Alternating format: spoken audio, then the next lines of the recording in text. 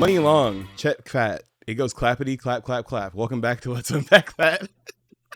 We're back. It's been a long time. It was about 5 months, and that's what you've been waiting 5 months for. Welcome back, everybody. Welcome back. This is episode 50. Happy K-popping. Are your beats on slap though? No, the beats are definitely on slap. The bad boogie babies are on tap. All of it is happening. Welcome back though, guys. In all seriousness, welcome back to Let's Unpack That. Yes. This is episode, if I'm not mistaken, it's episode 50. I think right? So, yeah. Yeah, it's episode 50. We stopped short of 50 just because we thought it would be funny. But we are definitely back. And yeah, all I could think about is that stupid ass K-pop line that I just said. If you're confused, I'm sorry. You can just go Google those words and it'll all make sense. It will. Or you could go to Chevall's Bluesky, where he very conveniently has it on his page right now. It's one of my only tweets right now. I'm going to call them tweets. I don't care. But yeah, it's one of my only tweets. Yeah, that's fine. We need to update our social media, but we'll get to that later because we're just trying to get back to you guys right now. We're trying to get back to y'all. Yeah, we'll update the social media and stuff. Twitter still exists, but there's a mass exodus happening right now because now everybody can sign up for Bluesky. There's no invites involved anymore. So yeah, that whole platform is, but we'll be on there too. So but welcome back. We got more stuff to talk about. Lost Children arc, all that BS. But it's been a long time. Things are slightly different, but also exactly the same. I don't have a job anymore. I'm feeling pretty good. Woo! Genuinely. Jobless. If you knew what I did in my last job, you understand. I'm done with it. It's over. That arc or whatever is done. Yeah. And yeah, I think we've just been kind of living our lives. Things have been really either just normal adult shit, or it's like, wow, I'm just trying to make sure that I can wake up tomorrow and feel okay. So election season it's done. All the elections and stuff happened. That's God. Also funny. That's all completely different from the time before we talked.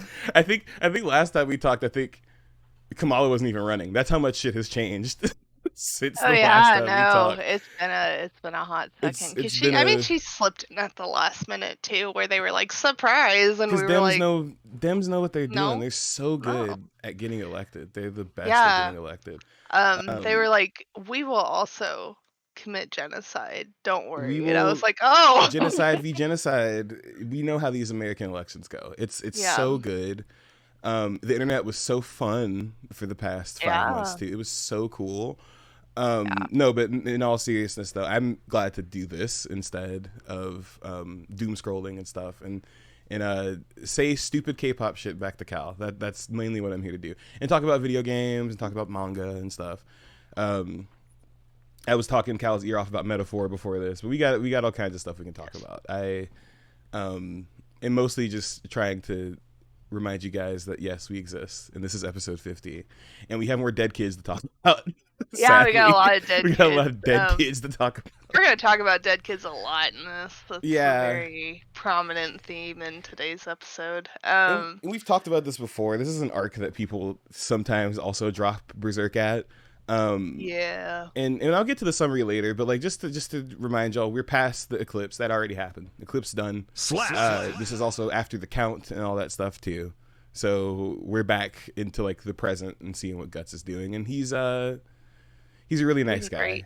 He's doing really good. Doing awesome. Besides Berserk, I've been trying to get back into the whole manga anime thing, and more recently I actually got back into Dragon Ball because one of the last times we talked about that. Yeah, I've been watching a lot of Dragon Ball Super because it's on Hulu actually, so it's super easy to watch. But I've been watching that and original Dragon Ball too because Toriyama died, and I was like, yeah, let me go ahead and try to watch the original Dragon Ball. And my brother was like, I'm watching Dragon Ball Super again. You want to watch that? Because Daima just came out, which for people who don't know, Daima is the sequel to Super. I did not realize this. I thought that it was like a non-canon thing. It's a continuation. It's basically if GT special. It's basically if GT was canon. Because Goku everybody gets turned into a kid. Like no joke. That's literally like kind of like what happened at the beginning of GT. So I'm trying to eventually get to that. So now I got like 100 something episodes of Super to watch. So that's been fun. One thing I will say about Super is, holy shit, it is ugly. It is one of the ugliest animes I have watched recently. It's because it was that shit's ass. It looks terrible, and it looks better if you get the Blu-ray. Right? I don't have the Blu-ray though. The streaming version is the original versions that aired, which Shavar was telling me because he watched it like when it was coming out. It was like the week by week thing, right? So it's the same thing that happened to Sailor Moon R. The animation is just terrible, but it picks up at some points. But at the same time, it's so good because all you have to really do is just turn the anime off and go watch the movies, because the movies look way better. So yeah. it's been a journey. It's kind of fun watching Dragon Ball, the whole shonen thing, the whole the feeling gets stronger and stuff. But more so, Super's fun because it does kind of like poke fun at DBZ. Like, it's like, all right, DBZ ended, fuck GT, none of that happened. Don't worry about that. Toriyama didn't even have anything to do with that. Let's just go straight into Super.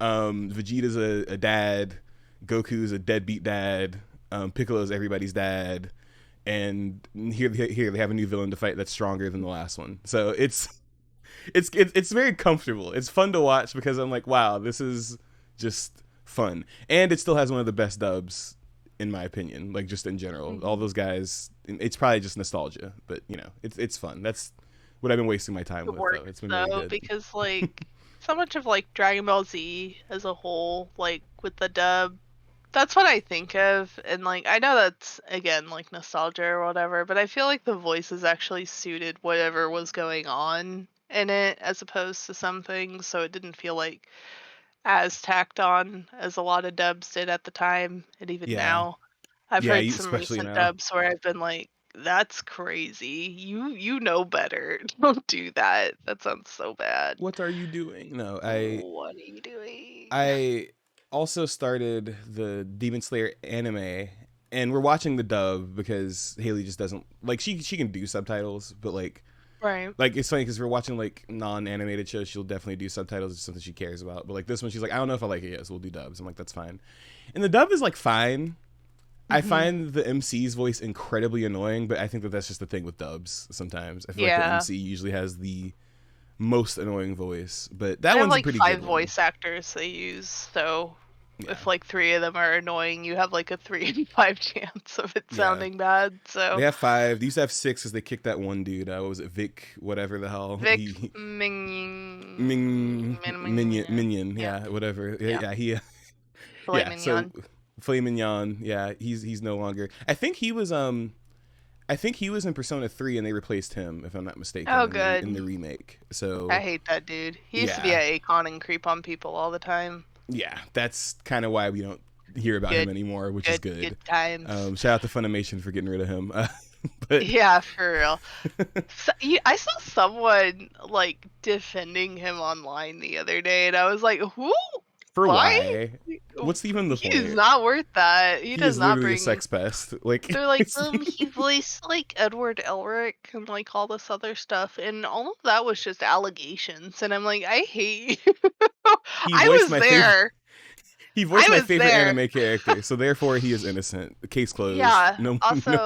Women lie all the time, as we know, especially young women. So, checkmate, liberals. Women, as we know, statistically, women lie about those things all the time, even though statistically that's false. But, it's fine. It's okay. Don't worry about it. God, that whole world has been... I don't know. I haven't really caught up with manga and anime this year that much. I feel like you've kept me in the loop with things that are popular this year.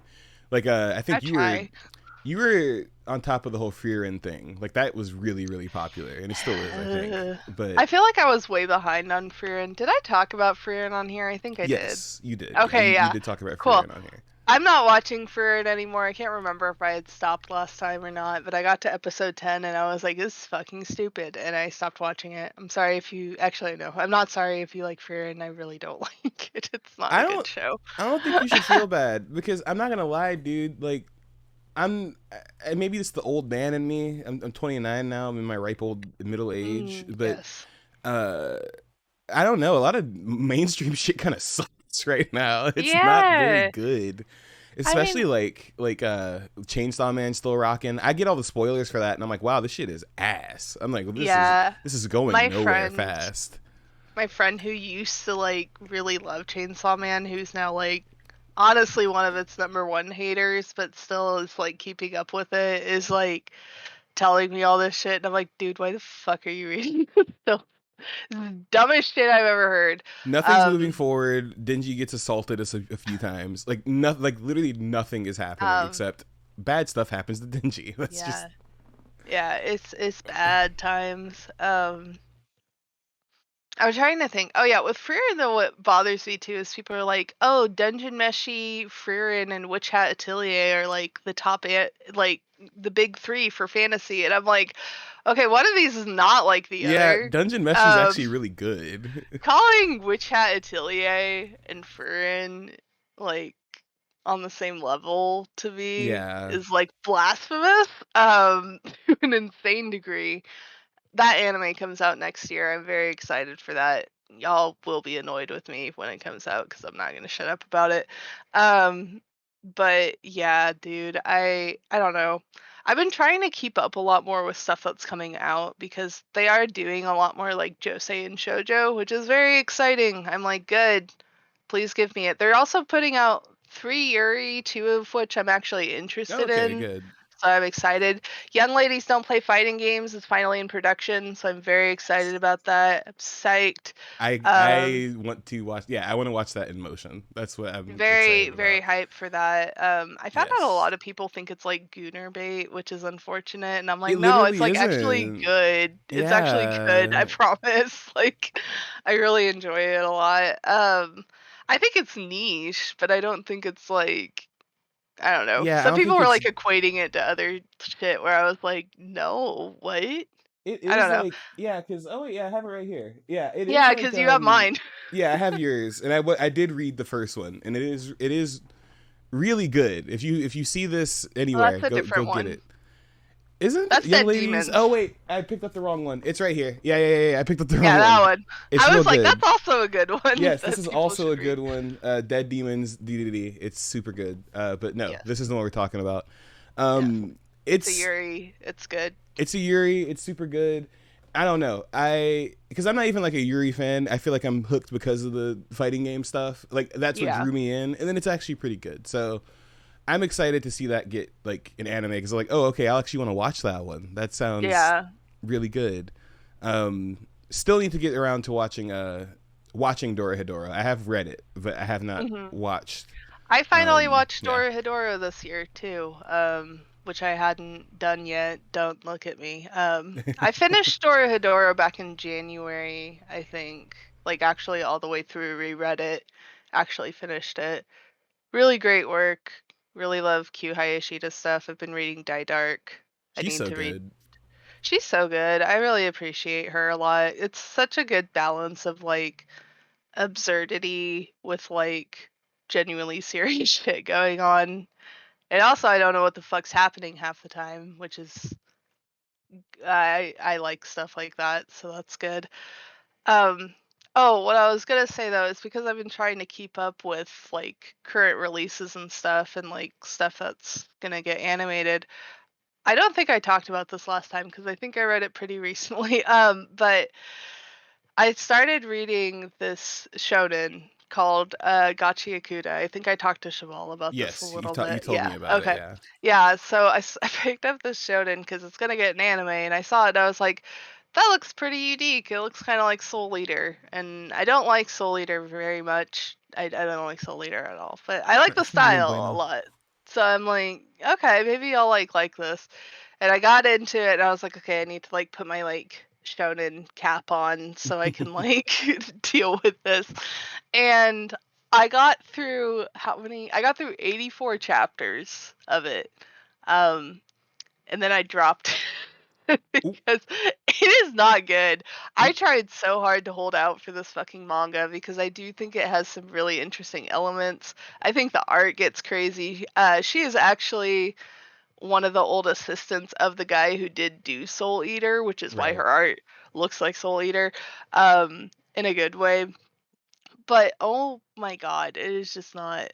It's not good. It's I not it. really wish Yeah. it was. I think I gave it. Yeah, I gave it a 3.5 as a whole, which like was mostly for the art and because I kind of liked the power stuff in it because it's Yeah. like the concept of like you have an object that's an ordinary object, but you've put so much care into it that like it becomes your power almost, which I think is cool. I think That's that's like a cool. fun like thing for a shonen, and it makes it so like the power scaling doesn't get too crazy too quickly in a lot of ways, but you also have like a lot of really unique things. Like there's this one chick who has like a plastic comb and like it generates static in her hair, and so she has like electricity shit she can do, which is really cool. And she has like this super long hair, and I was like, oh, that makes sense, and like it works as a power and is really visually cool.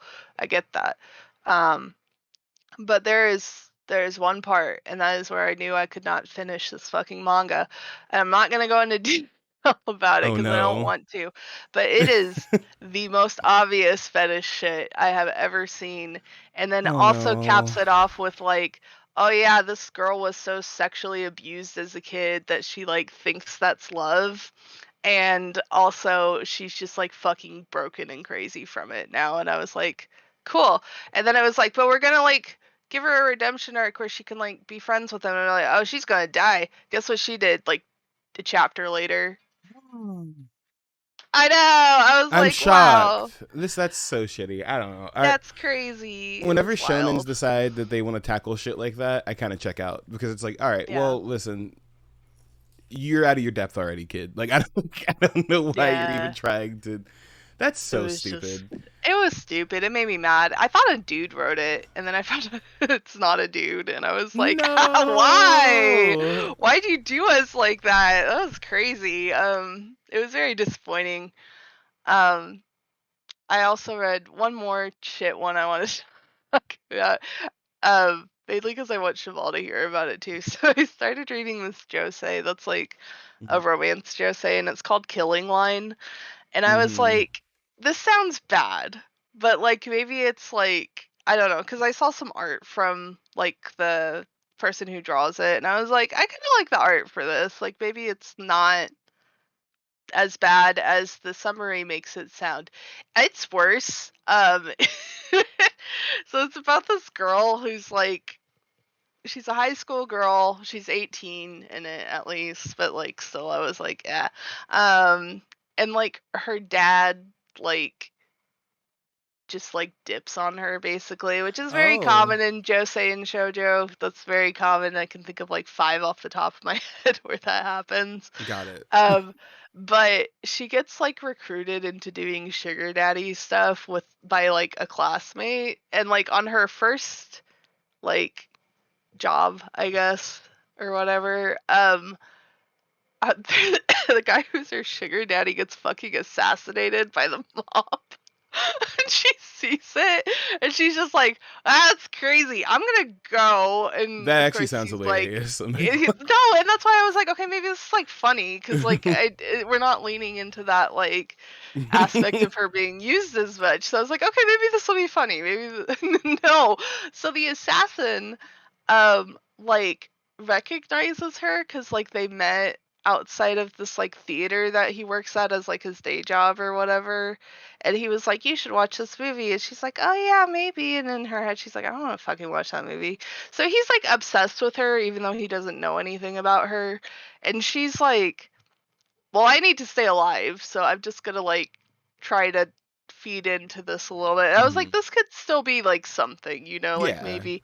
No, oh my god, dude, it is so. He's like fucking 29, first of all, Oh no. or some Yeah. shit like that. And I was Yeah. like, ah, and like he's so like I don't know. It is like the most toxic shit I have ever seen. I was like, I am not reading. I read 2 chapters of that, and I was like, I'm out. Yeah. Maybe I I read a would few leave more than too. that. It was bad though. I was like, that's crazy. I'm not I'm not reading this I'm not reading anymore. that bullshit anymore. Uh, I've finally taken my own advice that I give my wife very often, where I'm like, if you don't like it, just just stop reading it. Just stop Please. reading it. And I It, finally started doing that with manga more. stop reading it, Um, stop playing it, stop watching it. It doesn't matter. just If you're not stop it. enjoying You it, don't just have turn to. that shit off. Yeah. There's also like so many other things that I've been reading lately that are like actually good. I caught up on Berserk. Already clap. Yay. Yay. Um, and then there's just like shit coming out that I want to read. I started reading this one josei called Gene Bride, which I do recommend for people. You're gonna read this summary for it and be like, why the fuck is Cal recommending this? Yeah. And you're gonna read the first 3 chapters of it, and you're gonna be like, why the What fuck the is fuck Cal is? recommending But I promise that it's coming out in April in English next year. So like the Oh, first okay, volume cool. will be out and stuff, which is part of the reason I picked it up because I was like, I want to know if I want to support this because like it sounds stupid, but every like Josei person loves it. So I was like, okay, there has to be something here. I had Sasha read it. Uh, they hate the main dude in it, which I kind of get. He doesn't bother me that much, but I get it. Yeah. Anyways, but yeah, That sounds this about this right. whole Yeah. this that's like my hear me out manga right now, where people are like, I don't know if I want to read it. I'm like, hear me out. It's really You're like, good. listen, listen. Like you should read it. Um, highly recommend. That's my recommendation for today, along with Fool Night, which has 2 volumes out in English Okay. right now and is a really good horror sci-fi. So you should Fool read Night that. or Yes, got it. it's Okay. very good. I will Sash look had into me that one start too. reading that. Ooh, I like The the art art already. It's great. The art in Full Night's Ooh, gorgeous, yeah, it and looks good. it gets really crazy really quickly too. I'm The super down. synopsis for that is like it's a kind of a post-apocalyptic thing where like there's always clouds covering everything, and it's always winter now. So like all the plants are dying off. But they discover this way of synthesizing plants by planting them in humans, like as they're right before they become corpses, basically. Oh, okay.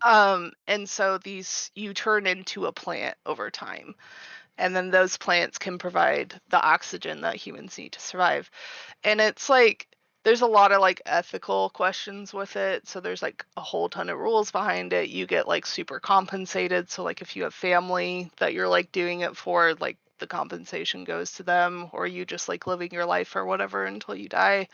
Um, but you don't really die because you're still like alive in the flower, sort of. They call it corpse flowers in the Oh, that's scanlation I fun. read. Stosh said they're called Yeah. something else in the other thing. But it's Yeah. Because about this corpse flowers guy are who, real, right? I think. yeah, Like, yeah.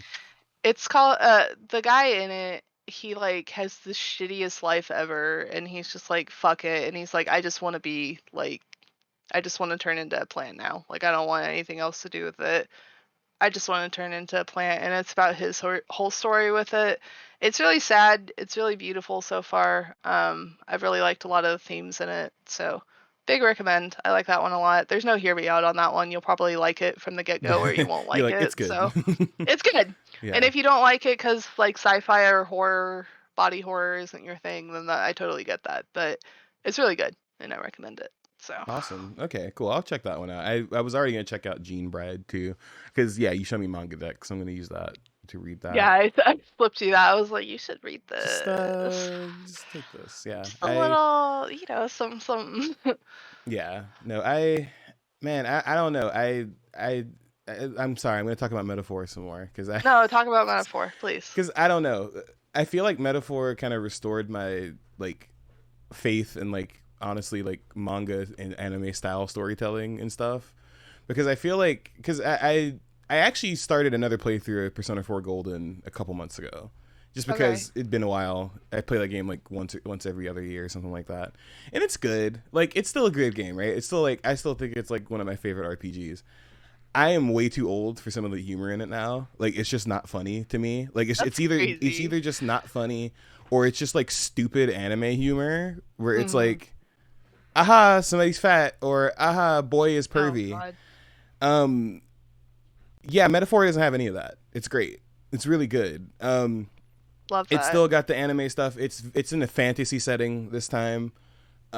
You kind of start to learn why that setting exists as you get the game as you keep moving forward. I'm starting to learn a lot more lore in the dungeon that I'm in right now, which is really cool. But yeah, the game kind of starts out running. Like you kind of hit the ground running with everything. The plot is kind of apparent. Literally, the first cutscene the game shows you before you even start the game is like you need to watch that before you even like go to the main menu because the game is like, all right, listen, somebody died. You're like, you oh, will okay. you will figure out what happens afterwards, right? But it's got a really great setting. the archetypes, which is like the persona thing, is in the last game. It's less of like a protagonist power thing. It's more of like, because I feel like what bothered me about Persona is like nobody really understood how it worked except for the protagonist, and even then, the protagonist didn't really understand how it worked. And in this one, the archetypes, you kind of meet the guy who created them, and then you kind of learn more about it as the game goes on, like what the hell this power even is. You're not the only person who can use it. The other characters use it, and they also acknowledge it, because in this world, you can't use magic without like a catalyst, or they call it igniters, but like you need like a staff or like a necklace or something to cast spells. And the archetypes, you don't need that. Like it just comes out, right? And at this point in the game, I don't even know why I have the power yet, right? Like eventually you're supposed to learn it, but that part's a lot cooler. It's less like mystical shit. A lot of the stuff is like if it is fantasy, the game kind of has an explanation for why things are like that. It's not just like, take it, it's okay, you're a high school kid, but also you do personas. It's like, no, the whole world is like built under the fact that there are several factions. There are 8 races or 6 races. You start to learn that there are more, but they're discriminated against. Nobody counts them anymore. Wow. Everybody has a lot of different distinctions between like there's one race that has like horns, and everybody has different skin tones and stuff, which is really cool. Like some of the races are darker than the other ones, but everybody has like varying skin tones. There's like a race that has like wings, and they're known for being like really smart, and like, you know, they have like really long eyelashes and stuff too. There's like these little fruit bat dudes who like just these gigantic, like adorable looking things, but they have like the like most depressing lore in the world. It's all really like well done. It kind of reminds me of like my time with Xenoblade Chronicles a little bit, because that game gets a lot of shit, but I will say that Xenoblade Chronicles world building is really good. So I'm really digging it though, and I feel like what I like about this game too is that it kind of takes not just the Persona stuff. It's a lot of Shin Megami Tensei stuff. It's a lot of Etrian Odyssey stuff, if you've ever played those games before, like the dungeon crawly games. And it makes it like, it just works. Like they take all the best parts of those games and they put them together. You're not a high school kid, so you can go out at nighttime. You can still do stuff at night. Oh my god! I don't have curfew. Yeah, and you don't have to wait for an entire different version of the game to be able to do that. Persona 5, and the protagonist is voiced this time, which I was not expecting. And they actually made him androgynous enough, which is like I was reading developer interviews, and they actually made him androgynous because they were like, we want everybody to be able to kind of relate to him. So he's like very cool. Like, you know, he's very like, he has like a really light voice. He's cool. I really love the protagonist. But it's cool because obviously as you're playing it, especially when you like set your character up and stuff like that, there's something else going on. Like, you know that there's like this like overwhelming force that's like making all these things happen. You just don't know what's going on yet. Right. So I will say though, it does have the signature Atlas thing with these RPGs where the intro is super fucking long. Like it's like a few hours. Like that's to be expected though. Which there is a demo. There is a demo for the game. You don't have to buy the game. You can actually play like the first like 6 hours of the game just playing the demo, and you can carry all your data over to the main game. But what I also like about it is that it's not just like Persona where it's like, okay, dungeon, several days in between, new dungeon.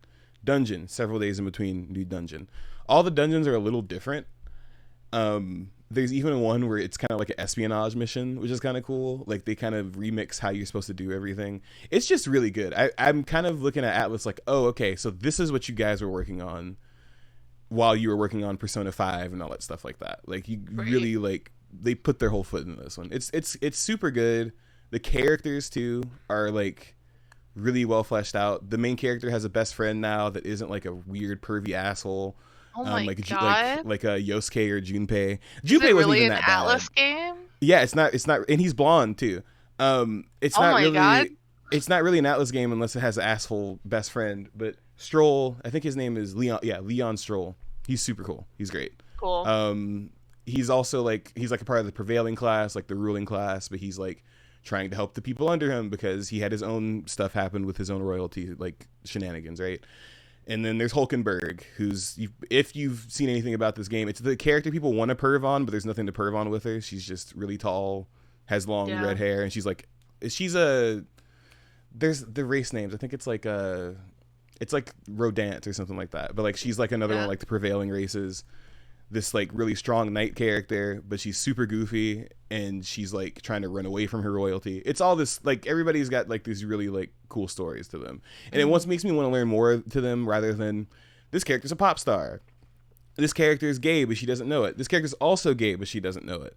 It's none of that stuff, right?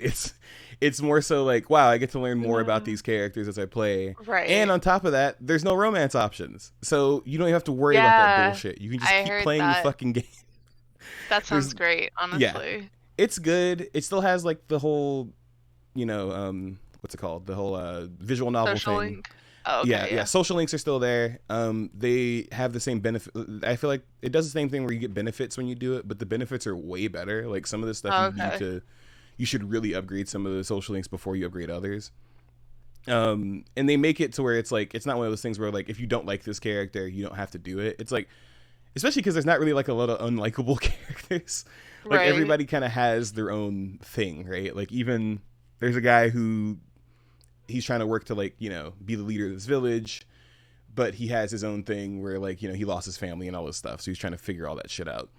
Right. It's good. It's a good game. I'm trying not to say too much without saying too much because like the main plot itself is really fucking cool. Like what's happening is really cool. And the main antagonist where I am is literally like a shot for shot copy of Griffith, like almost exactly.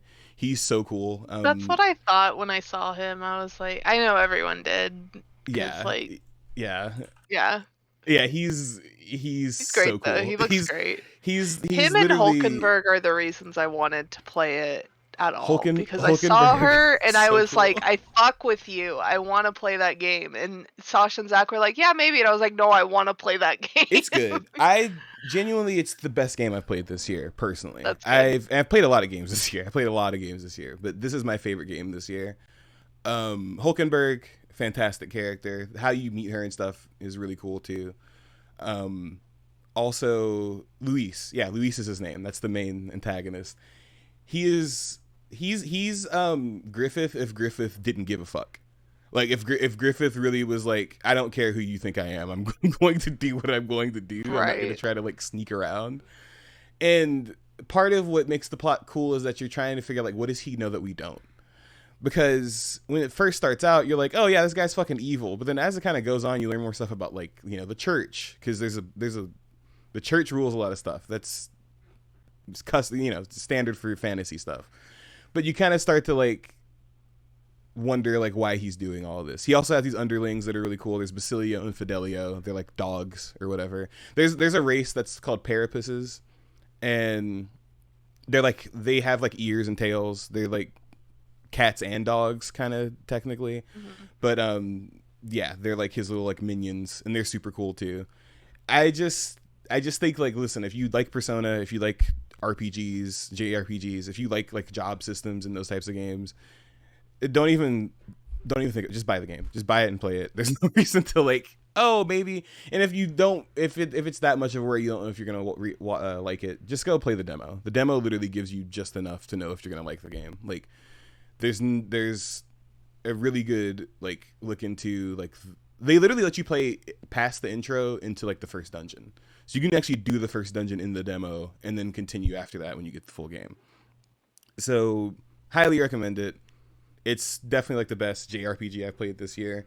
It made me actually want to go play Shin Megami Tensei 5 because for people who don't know, they re-released 5 as I think Vengeance is the new version, because it was only on Switch at first, and they re-released on everything else. And I heard it was really good. I just didn't want to play it on Switch because it looked like shit, and I knew they were gonna re-release it at some point, because they knew how popular it was. So it got me to try to do that. But highly recommend Metaphor.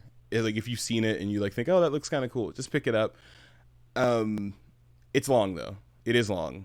You probably will want to dedicate a lot of time to it. It reminds me of when I was playing like Fire Emblem, three houses and shit like that. Like it's gonna consume a lot of your time. Okay. So highly recommend. I replayed that this year. Yeah, I saw you did. I saw you replayed that this year. Duel 1. It's been a while, y'all, but we are still reading Berserk. We will be reading Berserk because it's so good, and I'm realizing it's a lot better than the other shit I've read in the genre. Yeah, so, you kind of get to that point. Yeah, at some point it's like, oh, this is just actually better. So, episode 50. We are here. We are in the Lost Children arc. Like I explained earlier in the episode, this is post-eclipse. This is post the count. This is post, Guts seeing Griffith at least one other, well, Femto at this point, at least one more time since the eclipse. And he kind of is just trying to go find Griffith. That's what he's doing, ignoring all his other problems, as we saw from when he just kind of dipped and left Casca to fend for herself, basically, with the old man and one of the only other surviving members of the Band of the Hawk. So what we've seen so far, last thing that happened is Guts was getting chased by a bunch of quote-unquote elves. They're not elves, they're definitely demons. After he saved a girl named Jill. Yeah, he saved Jill from this group of bandits who were going to assault her and kill her probably. Met the village. The village was full of a bunch of assholes, including her dad, who's a war hero, who beats her and beats the mom, as well as his friends who assault Jill, what seems to be on a nightly basis or something. But anyway, all that stuff happens. The elves invade the village after Guts spends the night in the barn, sleeping off his demon fight. And he goes in to try to help, right? The villagers not doing anything to stop it, right? They're all just running. Guts goes in the village to save everybody. He uses a child as bait. Just casually use a child as bait. Guts used the kid as bait to lead these things through the city into a barn. A bunch of stuff I can't show on stream right there. Hang on a second. Sorry. No, you're there good. We go. Right. So Guts led them to a barn. He ends up meeting Rosine, who we learn today who exactly that is. She's the queen of these demon moth things. And she also recognizes Jill. We see from this little bout as well. Long story short, they get in the barn. Barn gets lit on fire because Guts decided to lead them all in there, and he burns all the elf things up. Turns out that they were children. So when all of the mini elves burn, they go back to normal size and they're child corpses because they're children from the village, right? So now this is not a good look for Guts. This makes him look fucking awful. He also did not know about this beforehand, so he's also kind of shocked. He does not realize what's happening, right? So they look back and it's just a pile of kid corpses. And the village is confronting him now, right? They're like, wow, you burned down our barn. All of our farm animals are dead, even though, he didn't do that. The fairies definitely killed the barn animals. They ripped them to shreds, we saw last time. And they're like, and you're burning kids? Crazy. They're like, wow, what's wrong with this guy, right? Yeah, what is wrong with this guy? They basically get their pitchforks and torches and they're like, we're gonna run you out of town. Jill, get over here. And Jill's kind of like, I don't really fuck with you guys. I'm not running over there. Before she can even really make a decision, Guts takes a child hostage again, and this time it's Jill. So that's where we left off. It's his favorite thing to do, taking people, usually children, hostage and using them as leverage. He's, like I said, he's done this several times. So that's where we left off. Left off chapter 100 at the end, with him telling them, hey, step aside. I got this little girl in my clutches. Don't make a move, right? So we open on chapter 101. Elf Fire is the name of it. Very appropriate because it starts with the elves on fire. So we, have a different perspective of how that last chapter ended. It's everybody kind of clutching their pearls after they see Guts take Jill hostage.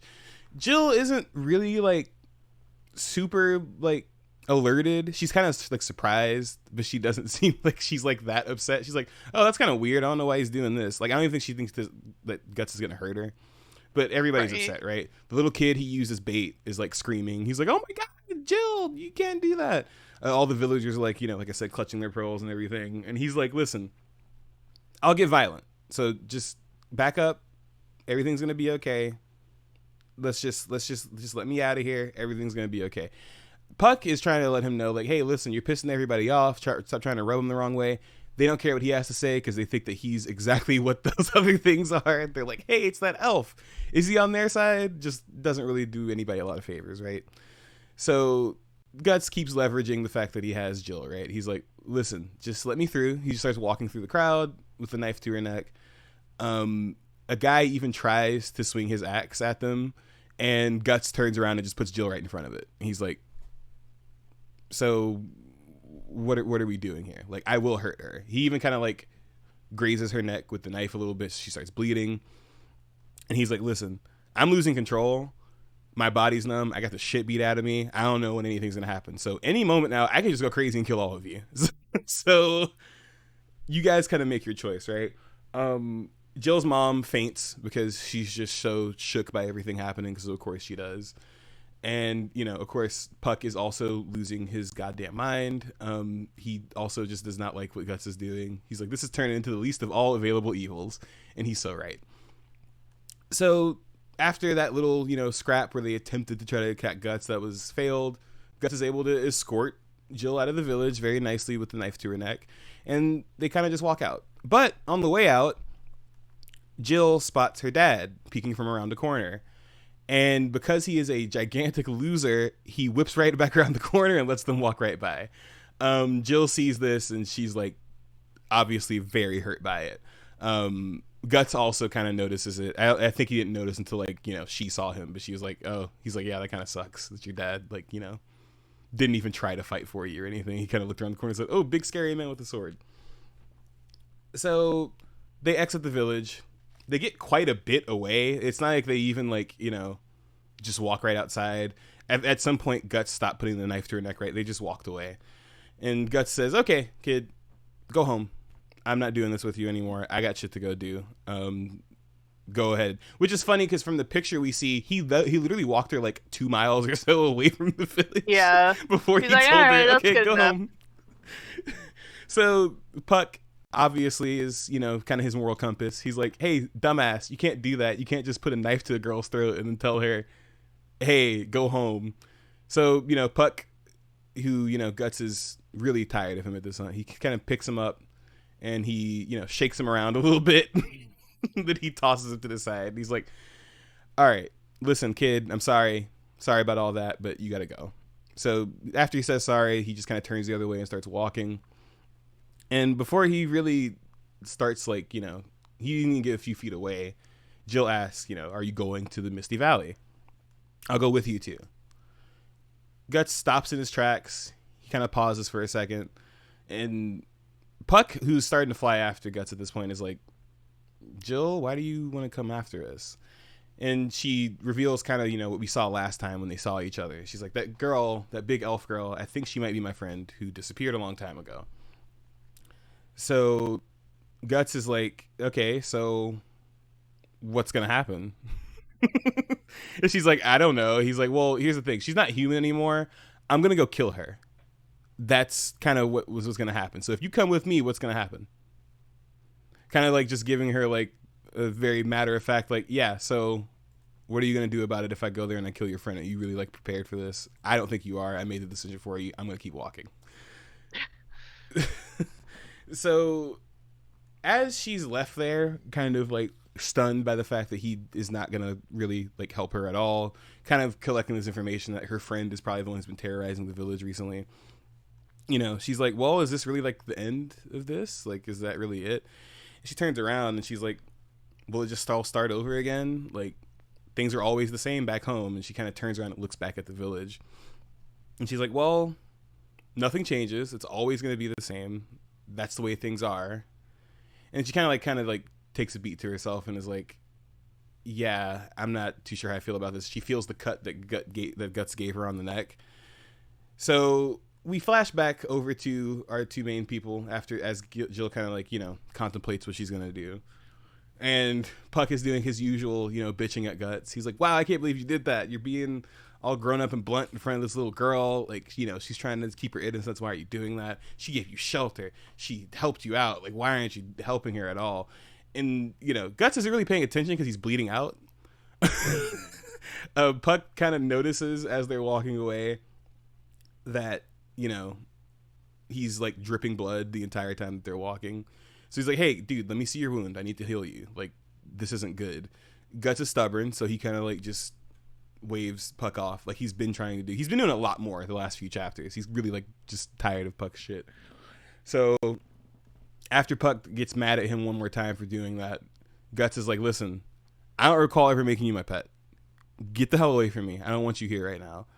And Puck is usually not affected by this stuff, and he isn't this time either. He's like, well, I'm not a pet, and, you know, this story is really dark, so we need some comedic relief, kind of talking directly to the viewer.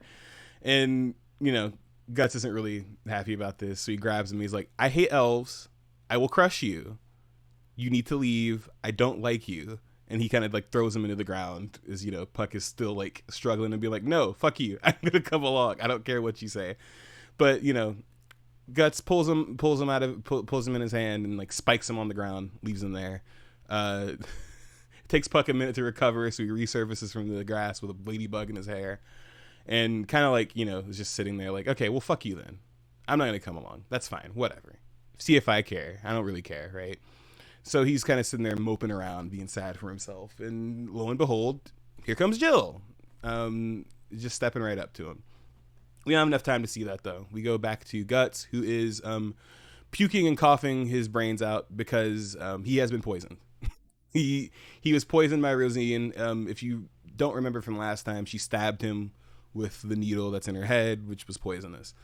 So as he's like, trying to start a fire, trying to get ready for the nighttime, he's thinking about those burning bodies, and he's not trying to let it bother him, but it obviously like kind of fucked with him a little bit that like, he kind of burned all those children alive, but he doesn't have time for that. So he tourniquets one of his wounds, kind of like gets the blood tries to get the blood to stop. He pulls a snake from Metal Gear Solid.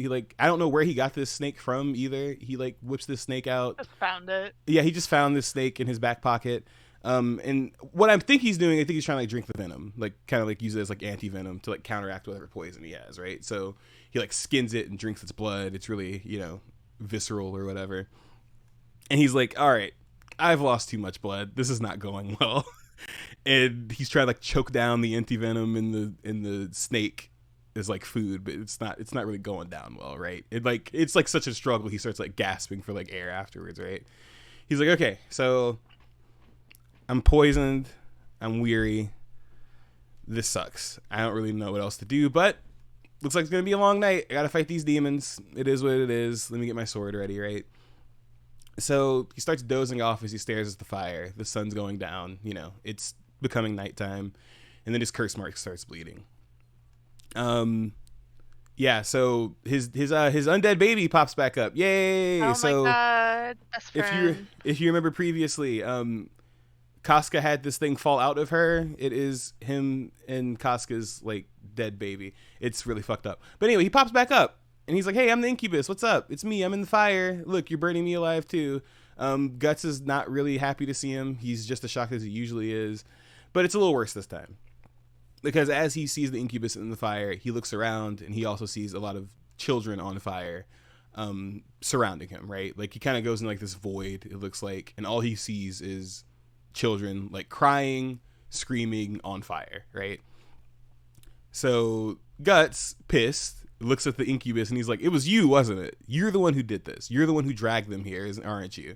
And you can tell he's like exhausted, he's mad, he's upset. Like he just basically got the fact that he killed a bunch of kids thrown in his face, right?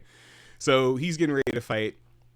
Meanwhile, Jill's trying to catch up. Jill found Puck. He's directing her, it seems like. He's trying to tell her, I think he went this way. We'll try to find him. And it's the middle of the night, and she chose to not go home because all that's waiting for her at home is a deadbeat dad and a bunch of assholes. So she made the right choice. And that's where we end with the Elf Fire chapter. Jill is on her way to go kill all of those demons with Guts, apparently. So I think she's gonna kill a lot of them. Personally. She has a big sword too, Yeah. Yeah. All right, let me switch over real quick. Ugh. You are good. Good intro chapter. Good stuff. Good intro. Welcome back to Berserk. Yes. All right. So, got a lot going on. Yes. So Guts is facing off against his miscarried baby, and also like all these other kids that are like, seems like a lot of them are like crying around him too. So there's probably like a lot of like wailing, gnashing of teeth kind of shit happening, and he's just like, I don't want to fucking deal with this. Yeah, they're like literally like wailing as they like approach him. Yeah. And one of them gets close enough to touch him, and he immediately cuts it in half because, It yeah, burns. I mean, if a on fire kid came near me, I would probably do the same, especially if it was a demon. So Yeah. can't really fault him for that one. But the like demon's like screaming as it like disintegrates, and he's just like not feeling any of this. He throws up again. I think like the whole thing really got to him way more than he let on Yeah. back at the thing. Cause he just kind of rolled with it. He was like, "Well, this kids are burning," but it's really getting to him now. Um, there's just like this like army of children around him now. Um, and the baby's staring into his soul, and he goes Yeah. to he goes to kill the baby again, or tries to. He didn't really kill him before. The baby like flies off into the Yeah, that's air. kind of funny. He's like, "Woo! Whee! I'm not gonna do that." And he's like cussing this baby out. He's like, you come here when I'm like sleeping while I'm puking up blood and like I'm having the worst night of my life, but like at least like if I get all this shit out of my system now, I'll like be able to pass out in the morning, Yeah. Like he's He looks just like deranged. Yeah. yeah, he's not having a good time right now. He's just like, well, at least I could do this, and it's like I don't know that you'll be able to, but okay. Um, just like completely losing it at this point. And we get some very subtle imaging here with a lone wolf that's like howling on a hill. Um, which scares the shit out of Jill, which like, Hmm. yeah, I would also be scared if I was alone in the woods and I heard a wolf. And Puck's like, "Oh, don't worry, like I'm an elf and animals don't attack us." And Jill's like, "I don't know if he's an elf or just like some shady bitch, but whatever." um, So, Puck's kind of talking to her as they're walking. He's like, like, is this like okay for you? Like, I don't think girls are supposed to be out late. Um, and it's like, like they're not elves, they're kind of demons, and Guts is just, Guts, so you can't depend on him ever. And even if you find your friend, it's not like she's gonna be human. It's just kind of Yeah. like trying to be like, you might want to go back, possibly, like in a nicer way than Guts did. Yeah. Much nicer. And yeah, and she's like, well, I'm sure I would regret it. Like, even if whether I follow him or whether I go home, like, I think I would regret everything, but I've come this far, so let's go. And off in the distance, they see like all this like fire and flame, and they're kind of like, what the fuck is that? And it's Guts going full Guts mode. He's berserking out. And just like hacking and slashing through these like on fire babies who are like screaming and yelling, and it's not very fun Yeah. scene to come across. Um, he comes across this one demon who's like seems kind of like more of a spirit than like a demon. Like it seems like an actual kid for a second, but he's in full on berserk mode, so doesn't really waste time with that too. And both Jill and Puck are like fucking horrified by this sight, which I think most people would be, because he's going to town. He's laughing and shit He's too. Yeah. laughing and shit. He's like just going for it. And Puck's like, don't worry about it. He's not even like present right now. And there's another little kid that comes up behind them, scares the shit out of both of them. And Guts goes to hack into that kid, but doesn't realize that Jill and Puck are there because of course he doesn't. And then like as he's swinging, he realizes mid backswing that there's like actual people there, and he's just like, what the fuck? Because he almost like cuts Jill's head off Yeah. their shoulders. But when he hesitates, that's when all the demons like take the opportunity to start dogpiling him, which hurts because they're on fire and fire burns. So he's not having a good time, but he's still trying to protect Jill. Like he's got his body like hunched over her and is trying to keep her safe. And then he scoops her up, and then he fucking launches himself off the cliff to avoid it.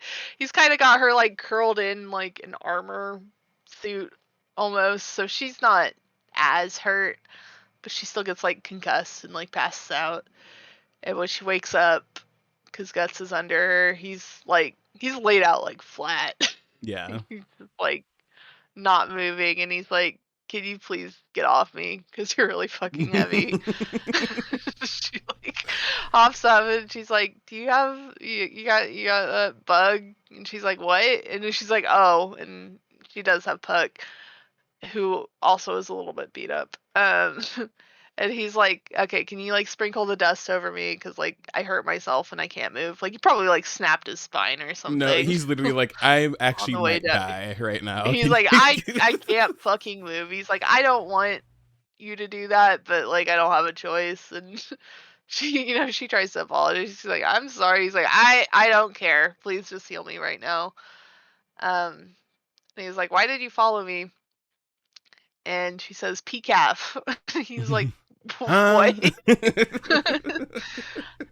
And he doesn't have anything better to do while she's healing him, so he's like, okay, I'll bite. What's Peekaf?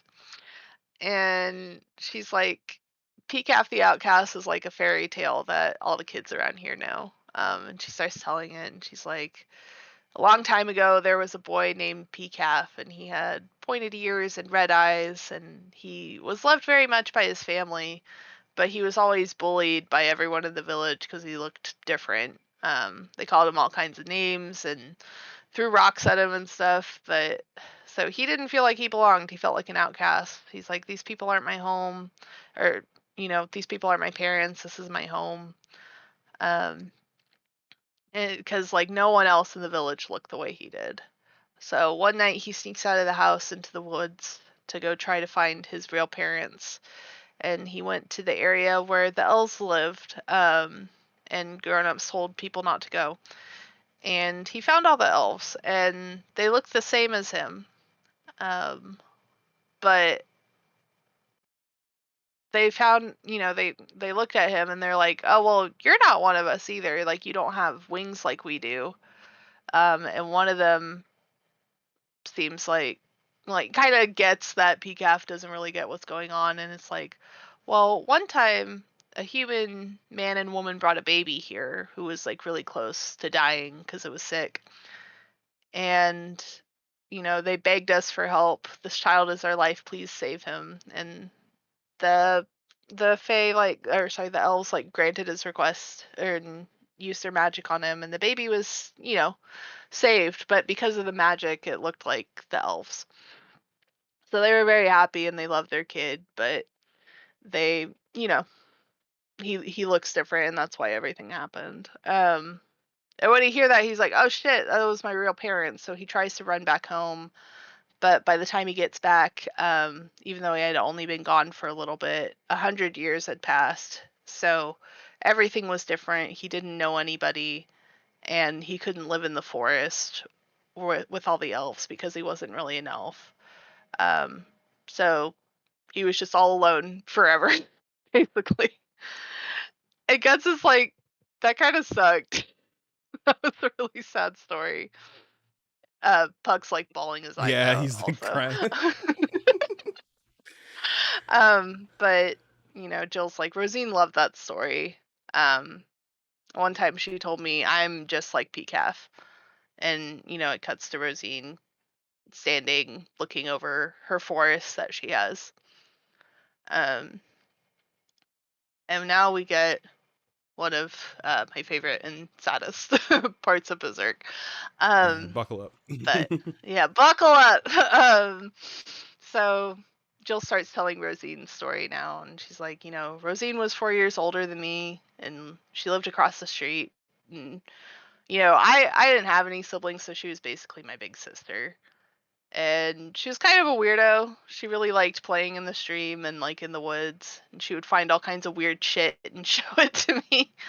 And she had like this like treasure trove of junk, the kind of thing that like boys would consider treasure, but it was just like a bunch of weird shit. And the weirdest thing that she had in her collection was an egg-shaped stone that looked like a human face. And Puck's like, "Oh my god!" and like looks at Guts. And is like, "Do you hear that shit?" And Guts is like, Um, Shh, just wait. He's like, yeah, I heard. just listen, just listen. And you know, she took really good care of this egg that she found. But she and Rosine would play in the woods and like play outside so long that the sun would start to set. And she's like, now that I think about it, it's probably because she didn't want to go home. Um, she's like, I didn't understand, but Rosine's parents fought a lot, and she was always the reason. She'd have bruises on her cheeks and arms, and at those times, she would tell me that the story of Peekaf isn't really right. And the real story, it turns out he is an elf, and now he lives happily with his mother and father in the land of the elves because he's with his real parents. And she's like, and I'm just like Peekaf, and I belong there too. And she would look at me while I was very serious, while I was very serious and impressed, and would smile like she was forcing herself to be cheerful. And um, later on, I don't know if this was after Rosine left or not, but Jill heard kind of some of the history of the village where um, they were kind of wrapped up in this conflict that happened probably during, the war that Griffith and Guts were fighting in. And most of the village managed to evacuate, but there was not all the women were able to escape, and there was pillaging and raping, as there tends to be in Berserk. Yeah. So the implication here, that is not really implication, it's very much in the text, is that Rosine was the product of rape, which is unfortunate. Yeah. And her dad always held it against her mom. So she always had to grow up hearing shit from her dad. And like, is that really my kid? Or is that like, just some like random soldier's kid? Um, but one night it was raining really heavily outside and I heard something at my window. And when Jill goes up to her window, she sees Rosine, who's standing down in the rain with a lantern, and like her night dress is all torn up and she's looking kind of rough, and she's like, I'm out of here. Like, I'm leaving forever. And Jill's like, where are you gonna go? And Rosine's like, I'm gonna go to the land of the elves. Like, where else would I go? That's my home. And she's like, I'm leaving you all my treasures. And then she just kind of runs off into the night as it's storming outside. Um, and they looked for her for days all around the area, but they weren't able to find her. And a few days later, her parents also vanished, almost like they followed her. And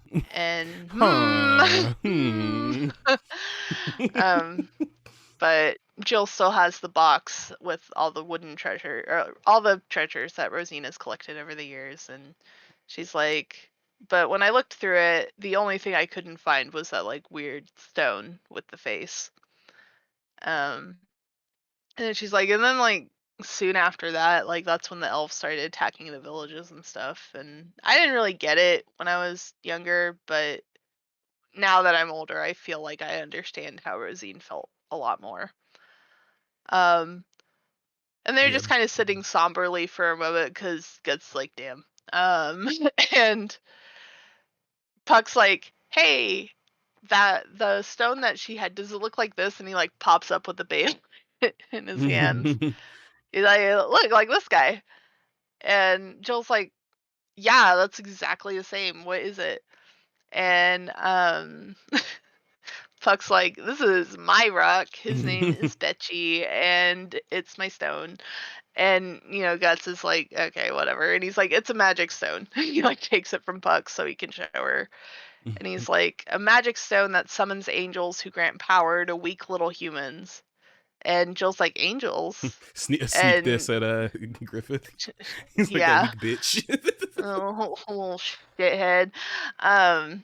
But he's like, well, it might just be demons who are disguised as angels, but something like that. And he's like, I don't even know how to use this, but your friend ended up doing it. And that's how she, became pseudo elf, not really an elf, in exchange for something.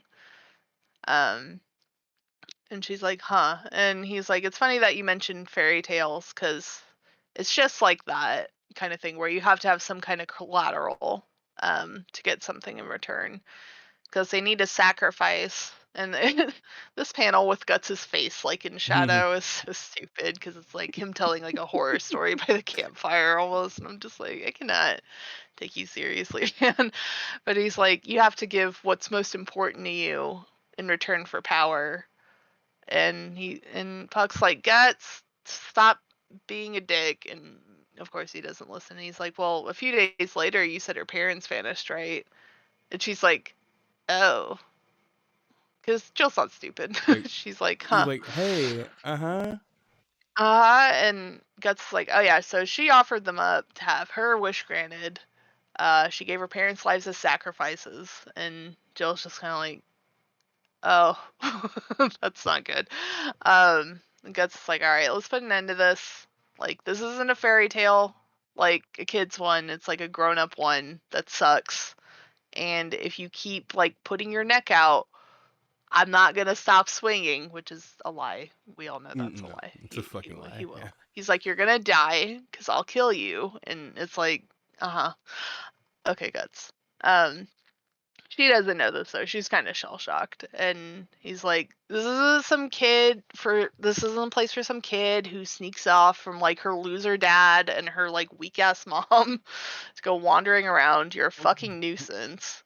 And Puck's like, "Okay, you need to chill out." And before that, he can really like fully reprimand Guts, Jill goes to slap him because she's embarrassed. But Guts grabs her hand and keeps her from hitting him. And he's like, kids have their own fairy tales. And if you want to, like, get out of here, you can stick to your Peekaf story and not come with me to whatever the fuck I'm gonna do. So, chill. Uh, Puck, of course, is yelling at Guts again. And he's like, laying in and he's like, why does it have to be like this? You keep going on about kids. And he's like, excuse her for being a kid. And I'm just like, okay, that's not the point. Goes on about child abuse, little fourth wall breaking, where he's like, we can't do that shit anymore. You're not allowed to do that. And while he's like doing his little fourth wall shit, Guts is building like a little like circle of rocks. And he picks up Puck, and he chucks him down in there and It's puts so a stone funny. on top of it so he can't get out. And he's like, all right, well, you stay here with her. Peace. Puck's trying to break out while Jill's just, crying and trying to process everything. And Puck's like, Jill, don't listen to that fucking creep. He's, kids are kids. It's fine. There's nothing wrong with you or Rosine. It's just that kids always suffer and society's to blame for it. And Jill's like, yeah, but it's embarrassing and it's frustrating and it sucks. And there's not a lot Puck can say about that. And he's like, I'm stuck. can you help me out though? Because I'm stuck. But before she can, do anything, there's this like big gust, and all the rocks get knocked aside, including Puck. There he goes, as Rosine lands right in front of Jill, and she's got all her little cronies around him, which is a little intimidating. But Rosine is walking closer to Jill, and Jill's scared shitless because she just watched this like monster fight Guts and win, basically. Mm-hmm. So she's not sure about all that. But as like Rosine reaches out to her, she doesn't hit her or anything, and Jill's kind of like, what? And like looks up and realizes like Rosine just like plunked a little frog on top of her head. And she's like, what? And Rosine starts laughing her ass off because she thinks it's hilarious. And she's like, oh, it is Rosine. And Rosine like embraces her, kisses her cheek, and she's like, it's been so long. And Jill's like, is it really you? Like, for real, for real? And that is where we end off with that one. Yay! So, Definitely, yay. definitely a good little set of Yeah. chapters. I Yeah, I love this arc so much. it's a good one. It's really good. I feel like it really Slap. embodies like fairy tales well because it's using so many elements from stuff you already know to Yeah. like build a story that's still very much within like the Berserk realm. And I just like how he does that a lot. He does that a few times throughout Berserk where he takes like conventions from stories or like story genres that you already know and is like, oh, I'm gonna like put a lot of gore in that now, but also like this is what it would look like in here because he does it later with something else that I also really like that arc a lot, even though some other people don't like it too. I feel like Mm-hmm. that happens a lot with Berserk, where like I like Yeah, this, and people are yeah. like, I don't know about that, and I'm like, no, it was good. And I'm saying it was good. no, yeah, yeah. I really like this arc. I like the one that comes after it a lot more. But this one is like great, especially Yes, after the Conviction's great. yeah, conviction art is so good. Fucking and wild. I need to reread that arc now that I've gotten through everything. No, it's so good. It's so good. Reading this part though is kind of funny because I was kind of paying a lot more attention to the part where Guts kind of explains everything to her. I think he reading that part is kind of funny because I think he gets some satisfaction out of. I don't think it's necessarily like bursting her bubble or anything. I don't think that that's what he cares about. I think it's more so he like knows what's going on, Yeah. and to him, I think he thinks it's like good that he's letting her in on what's actually happening. Like he's trying to protect her. Right. He's like, okay, so no, this is way worse than you think. She sacrificed her parents. That thing over there, I know exactly what it does. She did that. So this is bad. You need to leave. Go live your pathetic life somewhere else. This is way worse than that. Like he doesn't have the right tact for it, but I feel like it is like him kind of reveling in the fact that like, okay, I kind of know what's going on. I can kind of help her because I know what's going on, but he doesn't know how to help people without being an asshole, right? Because that's just where he is right now. That really is like kind of quintessentially because we go from like the Count's daughter where he's like, okay, kill yourself, to this He literally where it's like threw a knife at her. He's like, do it, bitch. Just that shit still like I think about that all the time because I saw something else recently where it was basically the same thing where they were like, okay, kill yourself then, and they were like, what? And it was like, yeah, if you don't want to live, kill yourself.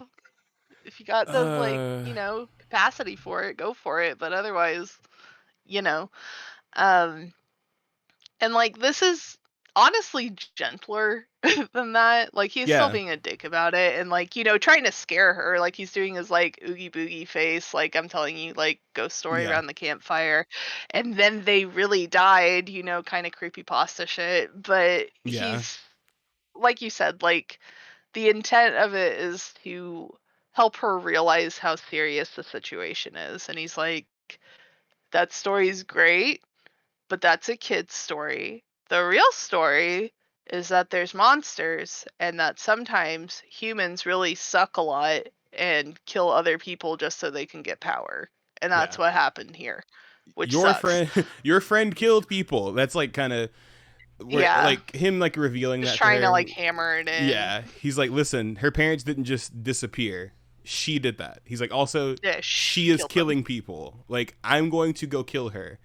Like, and I kind of like what he says about like, hang on to your fairy tales. He's like, listen, because that one has a good ending compared to this. He's like, Peekaf was alone. Peekaf also wasn't murdering people. And I also kind of like that Rosine, when she decides to leave, because I didn't even catch this. I don't know. I probably forgot about this. I didn't catch this. When she leaves, it's because she got assaulted that night. Like her parents beat her or something. Yeah, she was like, I had enough. She's like, yeah, I'm done with this. So when she is like talking about Peekaf, she changes the story, right? And I feel like it kind of is like, it's kind of like Griffith, right? Like he's like, I don't like the way things are going. I've decided that this has a new ending. I've decided that actually Peekaf actually found his home and everything was fine. And he's me. So I can actually have the rest of that joy that he's seeking, right? Because Rosine is similar to both Griffith and Guts in the fact like she came from shit. Like her parents suck. Her dad doesn't even believe he's her dad because she's a product of rape. Like it's terrible, right? It's kind of like Guts doesn't even know really who like his real parents are, right? Like she doesn't even really know. She doesn't even know that's really her dad either. So it is funny though because she kind of takes a different approach to them. She kind of just tries to like smile through the pain until it just gets to be too much. And for all we know, it's kind of implied that maybe she did know what the stone was going to do, because she did take it with her when she left. It was the only thing she took with her too. So, well, okay, sorry, continue. No, go ahead. I was just wondering because, like, you know how the stone found Griffith again? Like, he didn't have it for the longest time, but then it just kind of, like, appears.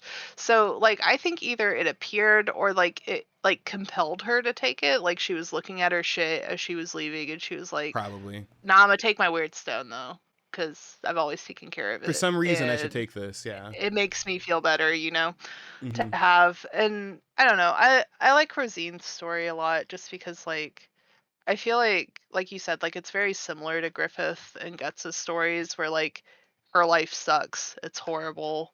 There's so much shit going on. She has these things she wants to have eventually, but doesn't fully know how to grasp them yet. And I feel like her sticking it out the way she did, like, she's like a kid, you know, like an actual kid, so I get it from that angle. But also Guts and Griffith were kids. It was just like slightly different situation. But she's also a girl. And like I feel like a lot of the time women in general put up with a lot more just because you're taught to do that. You're taught to like tolerate things, and that like there isn't a way out for you. Like, you know, like that's why like Griffith giving Casca a sword was so significant, because he was giving her a choice. He's like, okay, like kill him, like, she's like, you know, fight, get that guy. And that's not something that would have ever been offered to her before. So like Rosine doesn't have anyone showing her that life can be different. She only sees her mom getting beat down. She only sees the other women in the village getting abused too, because we see like Jill's parents too. Like it seems like a lot of the women around her are very like subservient in that way, and she probably doesn't know that there's like another life she can technically have, which is why she yearns for like this fairy tale so much. And then, you know, she gets the shit beat out of her one night, even more so than usual. She's like, all right, well, I'm I've gonna had make enough. that happen. Yeah. Because that's the only other thing I can envision. So I'm gonna go figure that out and fuck off forever. And she did it. So like it is her like seizing her own story eventually, but it is also like very tinted with like it sucks growing up as a girl and like having to just endure things all the time. Like as much as I like shit on Miura for like misogyny and stuff, like I just because I think like sometimes there needs to be like empowerment to like make it worth anything, you know? In a I story agree. specifically, And not he in real does get life. better about that. Yeah, and he gets better about it. But it's like her finally like getting that empowerment for herself and being able to do something about it. And I like the thing is like Griffith like sucked hardcore, right? Because it was his like friends who were basically his family. He had traveled with them for years. They trusted him like explicitly, like there He was gave it nothing all that up. could shake that trust. And he gives that all up. Rosine doesn't really like her parents. Like she probably cares about her mom to an extent, but also probably feels resentment towards her mom for like not protecting her against her dad. And then her dad's just a fucking piece of He's the shit. piece of garbage. Yeah, so even though Guts was like, you know, it's these people that were most important to her, and I'm like, yeah, but she like probably fucking hated them too. So she was like, sayonara, and I don't feel that bad about it, honestly. Like it sucks with her mom a bit, but with her dad especially, I'm like, yeah, fuck that guy. That guy sucked. And I feel like that's the thing is like Guts only. I think the Guts only frames it like that because it pisses him off because it happened to him. Like that's to him, he feels like he is the parents in that situation, right? He's like, yep, you gave them away just like he gave us up. So and I feel like that's kind of over all the abuse. Yeah, and he's like, well, whatever. At least you had. He's probably like, at least you had parents. But yeah, he his way of handling it is like. It's just like a theme with him, right? He pushes people away to try to protect them. And this is the first time I feel like he's like very upfront with somebody. Like he's like, girl, I fight demons every night. I'm going to go kill your friend. Your friend is a mass murderer. And this does not end well. So go back to your pathetic life that is actually better than this and go figure something else out, right? Like it's not the best tactic, but that's like his version of it. Because to him, all of this stuff is, it's funny because it's not like even that wrong, but to him, all this stuff kind of revolves around what he's going through, right? Yeah, and it does. He can't so, focus outside of that at all because he's still intensely traumatized. Yeah, which is see throughout the rest of this arc because he gets worse. Exactly. He gets worse this arc somehow. Yeah, this arc is pretty heavy. Rough. It gets, especially the way Guts handles stuff in this arc. Yeah. And he's kind of affected by the way he handles stuff in this arc a little bit as the manga goes on too.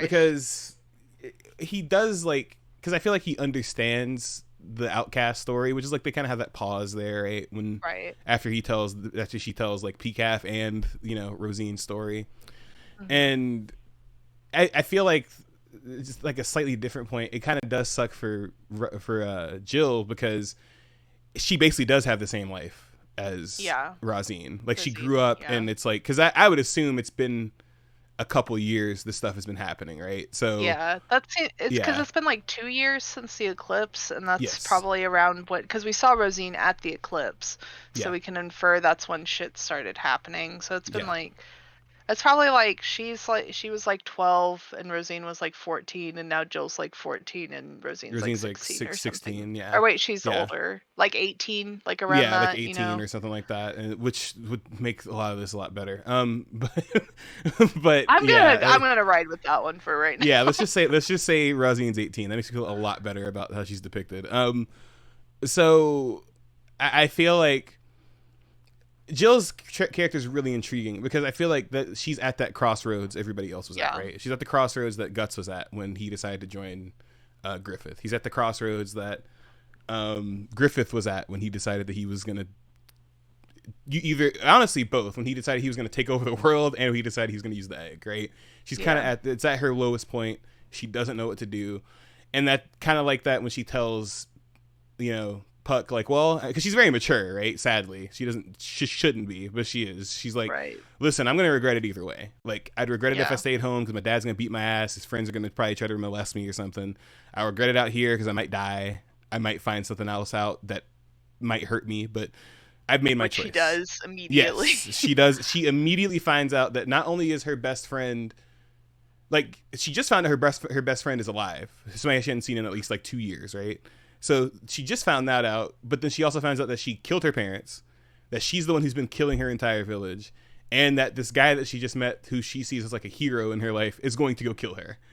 So things actually did immediately get worse for her. And at the same time, it doesn't seem like it's stopping her. Like, it doesn't seem like she kind of takes that stuff, that information that Guts gave her, and she does like stop for a second. But Rosine kind of interrupted it, but it seemed like she was about to go pick up Puck and just try to figure out something else, right? Yeah. Like, it's just like, and we see this several other times, right? Like, we see that these people who are in similar situations that Guts and that Griffith have been in, where they're at their lowest of the low, we see how they handle it. And it is different because she's a woman, she's a girl, and it's different because she's like a child. Like, there's so many different like layers to it, right? So she's tired of having regrets and being a coward as well, because what was the last thing she saw before she left the village? Her dad being a fucking coward and letting a guy walk out of the village with a knife to her neck. Why would you want to go back home after that anyway? Like it's like damn, nobody wants me here. Yeah. It's like, she kind of sees herself as Peekaf a little bit dad, too. He was so tough in the war. Now he did so much shit in the war. He can't even try to save his daughter. An old man with a fucking hatchet tried to save her. At least he tried. At least that dude made an attempt. An attempt was made, right? Yeah, it's crazy. And I feel like, and it's cool because all of these stories have like a myth behind them, right? A lot of these arcs. Yeah. So we get the Peekaf myth, right? Like, it's like, oh, okay, so there was this outcast kid. He the moral of the story, right, is like, well, the grass isn't always greener on the other side. He lost what he had because he was too worried about, trying to find out things, right? Like, it was kind of like, he got his misfortune. Classic fairy tale shit, right? But it's kind of crazy because it's kind of like all that stuff coming true. Like, all of the fairy tales and stuff come true. And you kind of see why the fairies look the way they do, the demon fairies. You see why Rosine is like a elf-like thing, like an evil version of it. She also has big red eyes as well, like Peekaf. So Yeah. it kind of, you kind of get some insight into the fact that like the Behelit does kind of take, it doesn't kind of, it takes literally that person's thoughts and like makes them real. And we did see that she idolized this Peekaf story to the point where she even changed it herself, right? Like Rosine was like, nope, I want this to happen to me, and I want to find my own people. And we find out soon that these kids were also abused children. These other children that she is partnered up with that are like her minions, right? We get a lot more insight to that later. But it is kind of like another Griffith and Gut story, right? You have Rosine, who decided to take her fate into her own hands and possibly did some evil things to get where she wanted. And then you have Jill, who is trying to figure it out.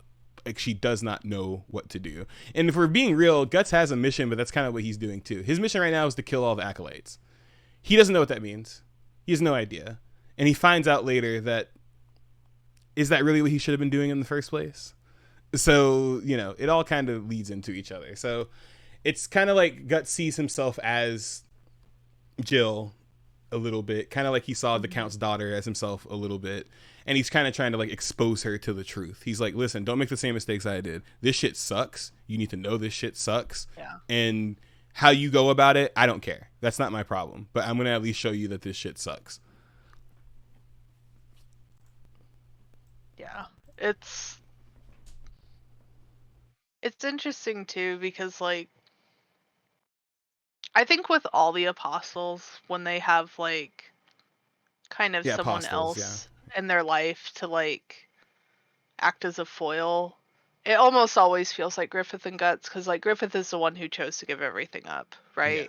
And Guts is the one who had to kind of take the hard path through it, because not only was he not even given that as like an option, I don't think he would have done it, period.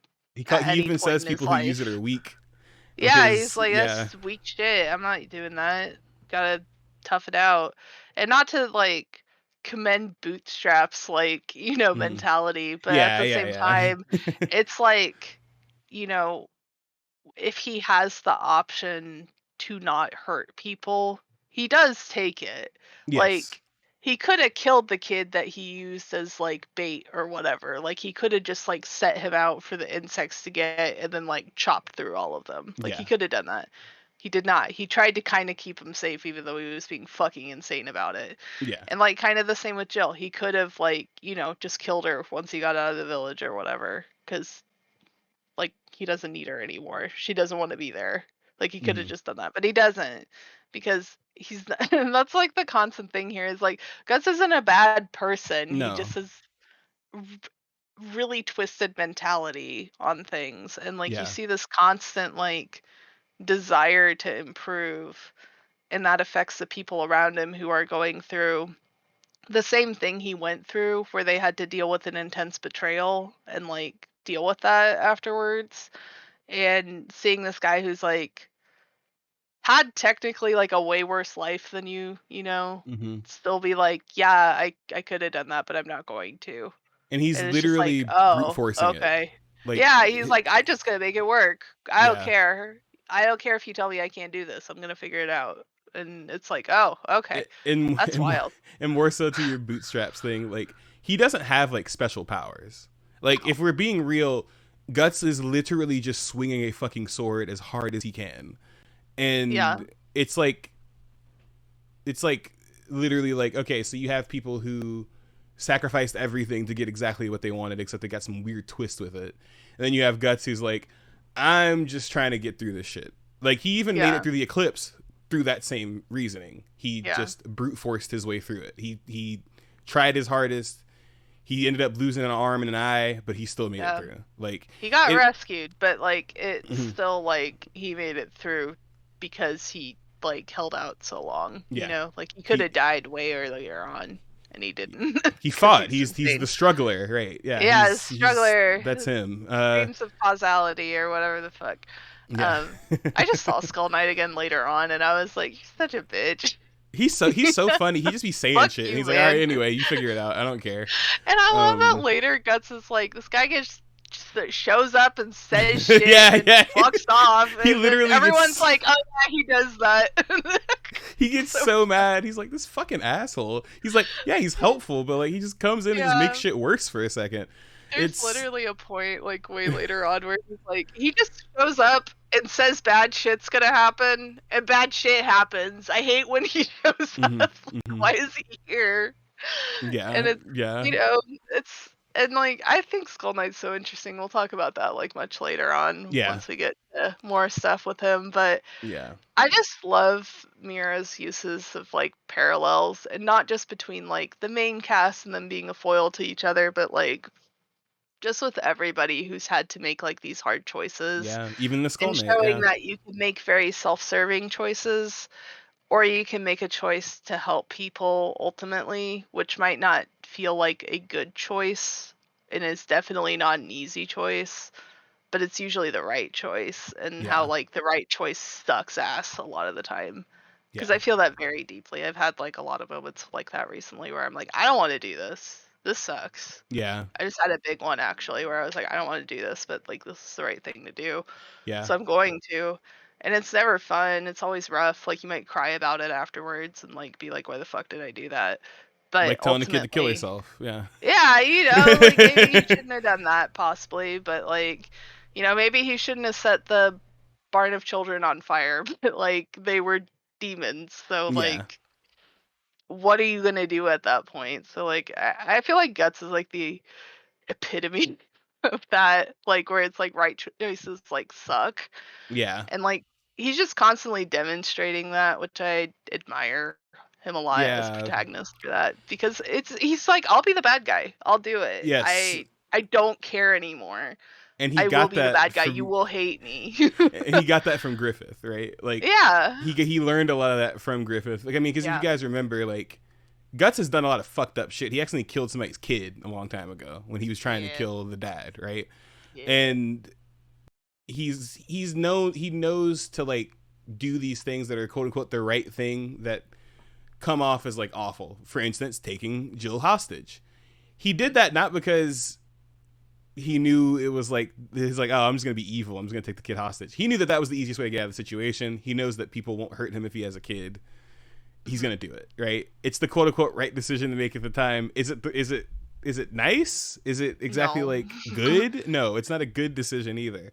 But that's like kind of how he's grown up at this point. Like that was his like maturing era when he was with Griffith. Is that he will always do the quote unquote right thing, even if it means getting a bunch of kids on fire on your back because you're trying to protect the other kid that just showed up. Like like the alive kid. Yes, yeah, exactly. And like that's the thing is like when he's killing all those like ghost kids, right?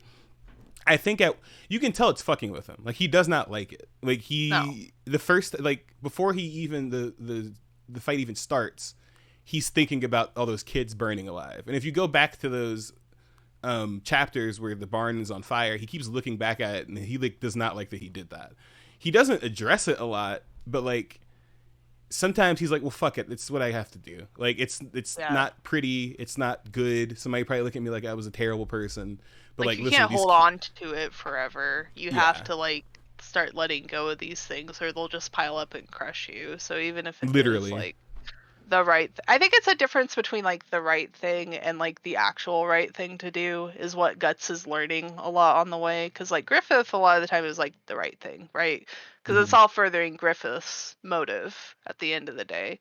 And then so it may not have actually been the right thing because it's all very self-serving. And then again, Guts is having to choose like some genuinely selfless things to do that hurt him a lot in the long run, and like are honestly like the opposite of being selfish, even if other people don't realize that, because they're like, you just like start swinging shit and take your anger out on people and da da da.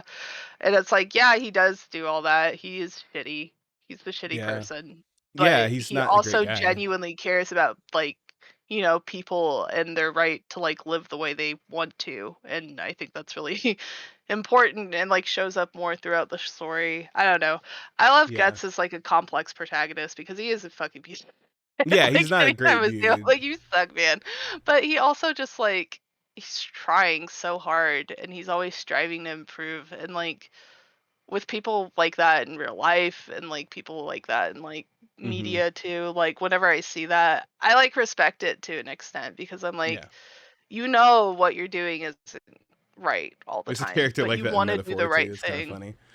I Yeah. believe that. Yeah. Yeah, there's just so much of it. I feel like Berserk is such an extreme example of it because it's such an extreme piece of media. Yes, it's very I feel like extreme. Claymore does it relatively well sometimes, Mm-hmm. shockingly. I need to read the manga because it has better monsters in it than the show did. I watched Claymore. I can't remember if I talked about that on here at all. No, I don't think we did. I need to Oh, watch it that was too. it was good. I the ending kind of sucked of the anime because they did the thing where like they didn't stick to the manga at all Oh, for okay. it. Yeah.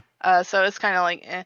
But like, there's a lot of really good like plot lines in Claymore. I was very pleasantly surprised by that. Nice. It is hard as fuck to tell people apart in that show. I'm not That's looking one forward thing to the I've manga. noticed.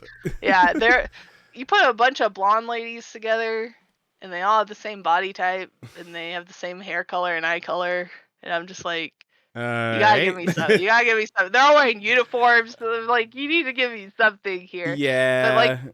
you kind of start picking things out. It's kind of like Land of the Lustrous, but worse. Yeah. They're not color Yeah. coded, and they had Oh God. their features are pretty similar too. I don't know. Claymore's a trip, but it's good. There's a lot of points in that too, where you have these characters who have to like really learn selflessness, which is like such a big thing.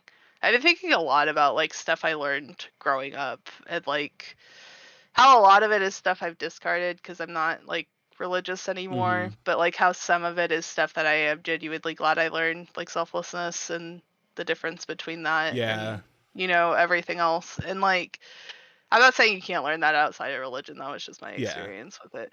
You took But what you needed out of it. Yeah. yeah, Exactly. and I've been noticing stuff like that so much more in media where people like genuinely have to learn that because it is a learned thing. It doesn't come naturally. You don't want to like, do things that suck for you so it's better for someone else. Yeah. That But doesn't. We like to think it comes naturally, but that does not it come naturally doesn't. for. No, it's hard as Yeah. fuck. Yeah. It's And not a good time either, but it's so it's important. yeah.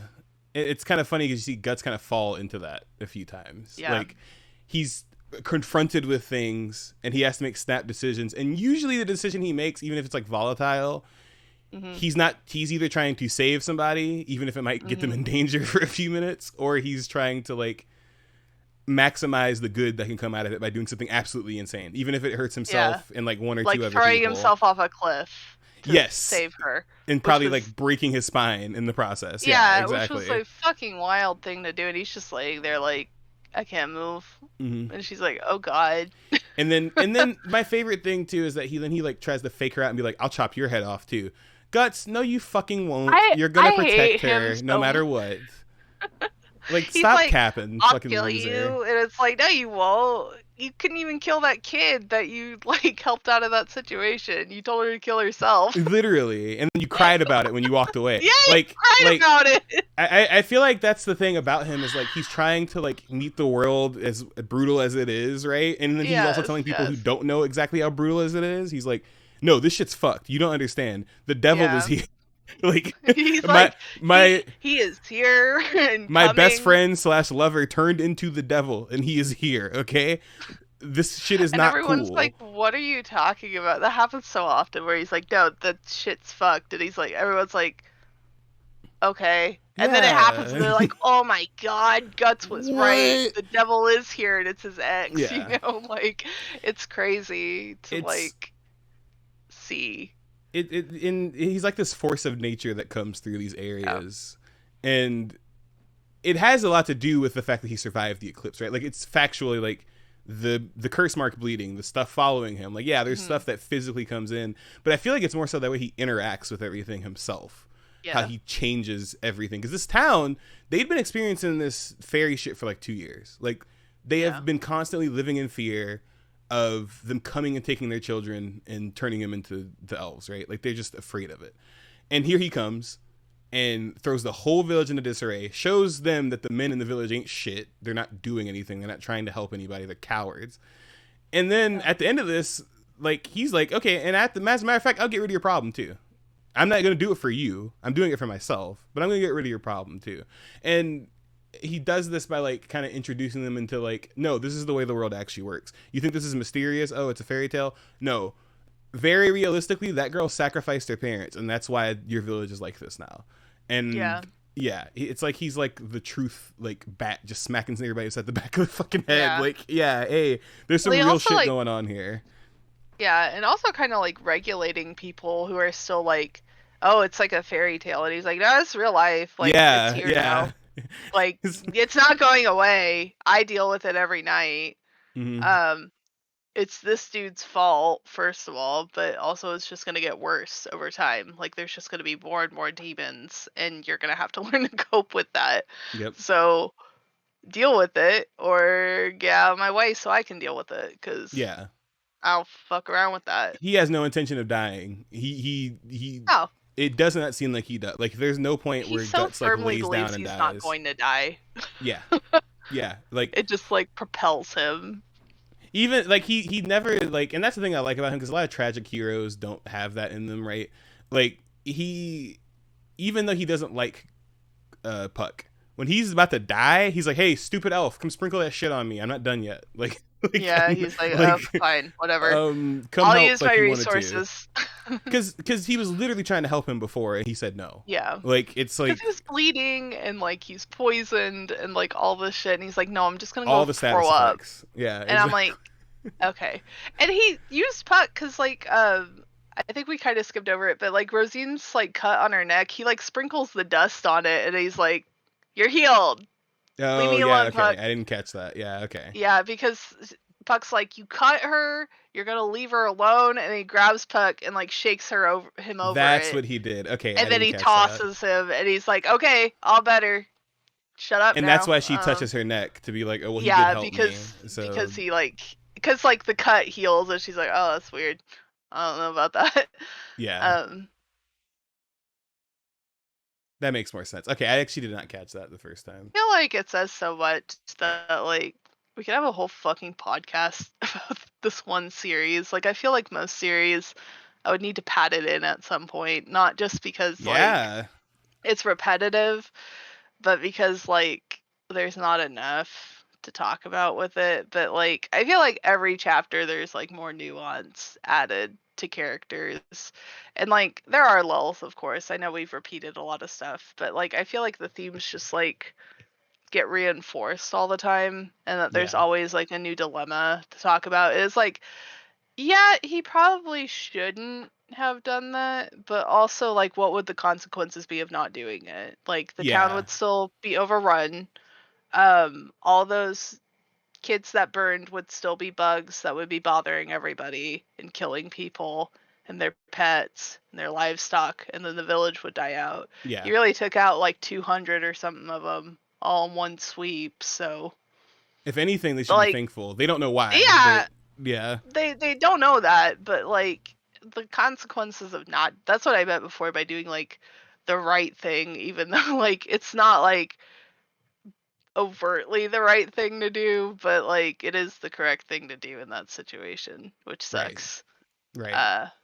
And Guts always has to be the one to make the sucky decision, and that's relatable. I feel that, and I know it's not always me, but it does feel that way sometimes in my life, where I'm like, man, I don't want to make that choice. Someone else make that choice for me. I don't want to deal with that. I don't want to be the responsible one. I don't want to be the one who like draws boundaries and shit, but like you have to be sometimes. Or you're just going about life complacently, and that's not a way to live. Exactly. So, you're just like a participator instead of like actually like, you know, trying to do anything about it. And you know, I feel like Guts kind of shits on the adults in the village for that, because one of the things he mentions is like in the previous chapter before the ones we read today, he's like, listen, when that kid that I used as bait ran out of the door, did any of y'all even unlock your doors? Yeah. And like I feel like that's a big, like, it's like, no, he's like, I'm trying to do something. Like, you may not like the methods I'm doing, but it has an end result that does help you guys, and y'all aren't doing anything. Y'all are just living in fear. And I feel like he got tired of that's part of why he left Casca and stuff, right? He just tired of living in quote unquote fear. He wanted to go do something about it. And Right. we see that some of that ambition kind of collapses on him a little bit. We do see that soon after the Lost Children arc. But we'll get to that when we finish it. But yeah, like you said, there's a lot of stuff in these chapters. Like you said, the little neck cut thing. I totally didn't realize that's what was happening. He was like shaking Puck on her neck. He's like, here. I didn't want to interrupt you because you were on a roll, and I was like, oh, that's when he was like healing her. It's just so funny. Puck would shut the fuck up. Here. He's like, shut the Puck. fuck up. She's no longer bleeding. It's a miracle. Yeah. But yeah, I don't know. It remains good. Thank God for Puck being the comic relief. Cause he does a good job. I love when he's like, I need to be here. And I'm like, yeah, he does. Fucking sucked when Puck wasn't here and got depressing. And I was just like, I don't want to read this right now. It's hard. It's I feel hard like when that Puck's happens not there, so man. much. Like with like dark fantasies or like grimdark manga where like it's like just shit. Like it just sucks and nothing's good and it's sucked for like a whole volume and you're just like, I don't want to keep going. Like, this is kind of depressing. I don't want to read this no more. And that's kind of, not to talk about Gene Bride again, but that was something Sosh talked about with Gene Bride because at first, like, a lot of it centers around like the misogyny she faces as like a media journalist and how like a lot of directors don't respect her as like a woman and like they fixate on things that they wouldn't fixate on with men or they like trip over themselves to have conversations with the men around her and not anything else. She gets like ogled when she's just trying to jog and stuff like that and it's just like being a woman sucks and it just like really hammers that home in the first 3 chapters. And when I read it at the time I was having a rough time so I was like I feel you. Well, yeah, I feel like anybody who has that experience that like I don't know. But it's sometimes like you don't want to like read that, you know, like you don't want it to be a constant deluge of like, hey, did you know that being a minority metaphor sucks? Metaphor does I like the way Metaphor does it, and they do peter it off as much as the game goes. Like it doesn't get rid of it, right? But one of the key parts of Metaphor is that your character is from one of those discarded races I talked about. Like people don't respect your race at all, and which is funny because the main character is also like a little tan too. Like he's not exactly white, which is even I noticed funnier. that, yeah. But yeah, they're constantly bombarding you within the first like couple hours. They're like, "Ew, and Elda, like what are you doing here?" Or like, there's even shops you can't use for a certain amount of time in the game because they don't accept you. Like it's so like, I until understand you get your popularity up or whatever. Literally That's until you upgrade a stat, I think, or until you get your popularity up. And it works, right? From a gameplay perspective, it works. Yeah. But I totally understand it because I saw other black people talking about the game. Like it works for any minority, right? It's like, no, if you're telling me about my experience over and over, like, yeah, I went through that already, right? You're like, I know, like, I get it, but like, that's not why I'm playing the game, you know. Exactly. Like I don't want to deal with it in both places. And like I'm sure Gene Bride does, right? Like it does like even out at least. Like you're at least like, okay, I get it. Like cool. Chapter 5 switches gears entirely. Like 4 starts to kind of shift over, and then 5 by the like start of the second volume, it's like, oh, okay, this is like the actual story. It's not just like a misery fest, you know. Yeah. And I feel like it's so easy for like dark works to just be like misery. There's this one author that does that shit. That's kind of what Poon Poon is too sometimes, where it's just like sad and sucks and Poon Poon sucks and you're like, I don't want to fucking be here. And then like I don't know, there's like horror stuff I've read too where I'm like, yeah, I get it. Women get brutalized. Oh look, it's Terrifier. Yeah, exactly. Oh my god, like, disabled people. You know, like it's just like a deluge of like shit, and there's no relief from it. Yeah. And I think sometimes that's effective as like a setting thing, but if that is all your work is, that sucks. No one wants to fucking read that, man. No one wants to play that. There needs to be like at least a little of the other side there. I'll be right back. Or like the people who do read it suck. No. More to what you were saying though. I don't know. I feel like that's why I hear people talk about Berserk a lot of like, you know, oh, it's just like so dark or whatever, right? And it is. Like it is technically, but like I feel like that is what sets it apart from other grim dark manga is that like at least Guts, there's like a point to stuff he does, right? And there is like a bright side. Like even in the end of this arc is fucked up. At the end of it, there is a bright side to it. Like at the very least, this village is not terrorized anymore. Like at the very least, something good is gonna happen. And on top of that, like you said, we have Puck the entire time addressing the fact he is the comic relief, and he also plays a part with Guts by like Guts doesn't like him because he's so positive. That's like another reason why Guts is like tired of his shit, because he's like, you don't get it, even though he does get it. Like he understands everything going on. He's just a fairy, so that's just not how he deals with everything, right? So yeah, but it's you saying that made me realize they're like the archetype of like what people always try to project like on the ship couples, where they're like, oh, it's the sunshine and then the grumpy guy, and I'm just like, Jesus Christ, sorry, I just had that thought and I was like, that was a horrible thought, I don't want to have that anymore. But like they do that dynamic well though, right? Because like Puck can be serious too, and Guts can have like a little bit of levity too. It's not funny to most people around him, but like he does occasionally make bad jokes because he's trying, and I feel like that says a lot. I don't know, it's just there has to be like some kind of balance with stuff, and I feel like Miura has almost always done that pretty well. Like maybe earlier on not as much, but I feel like especially after the eclipse he like really starts to find a balance with everything, where it is miserable and sucks, and I felt really low reading parts of it, but you're like going through it with Guts, right? So like you don't feel like isolated in that. Sometimes I'll read something and I'm just like, I feel lonely, I feel sad, I need to go be around someone because I'm sad now.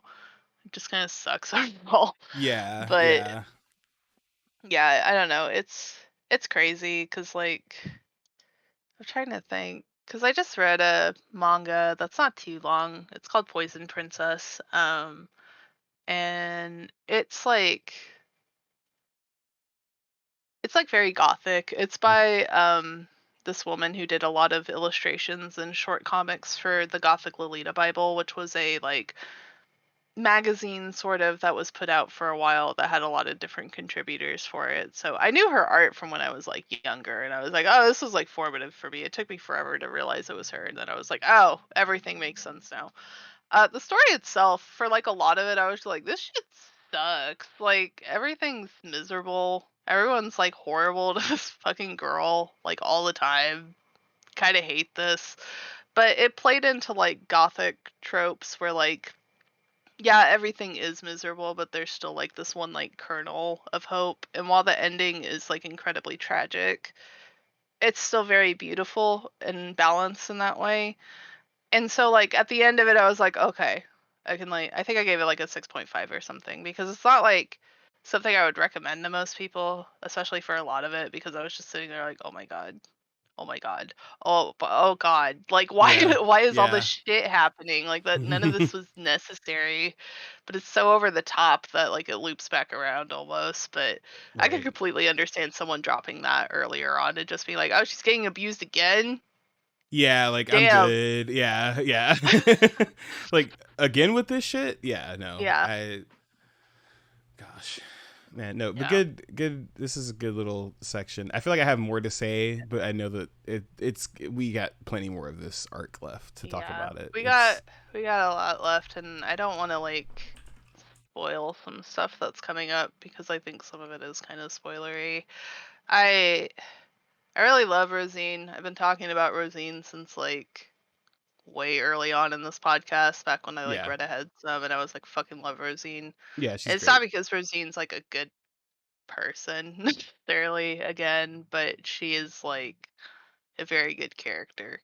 She's written really well, and like you said, it's good that like he got the like you said, he does treat women like garbage in this, but I feel like he does understand that women have a lot of their own struggles, at least. Like it's not just like he's not like, it's less of a prop thing now. And then when you have characters like Rosine, it's like, okay, he's actually like fleshing this out more. It's like he understands that young women have struggles that young guys don't. Like it's not the same thing. Yeah, I could.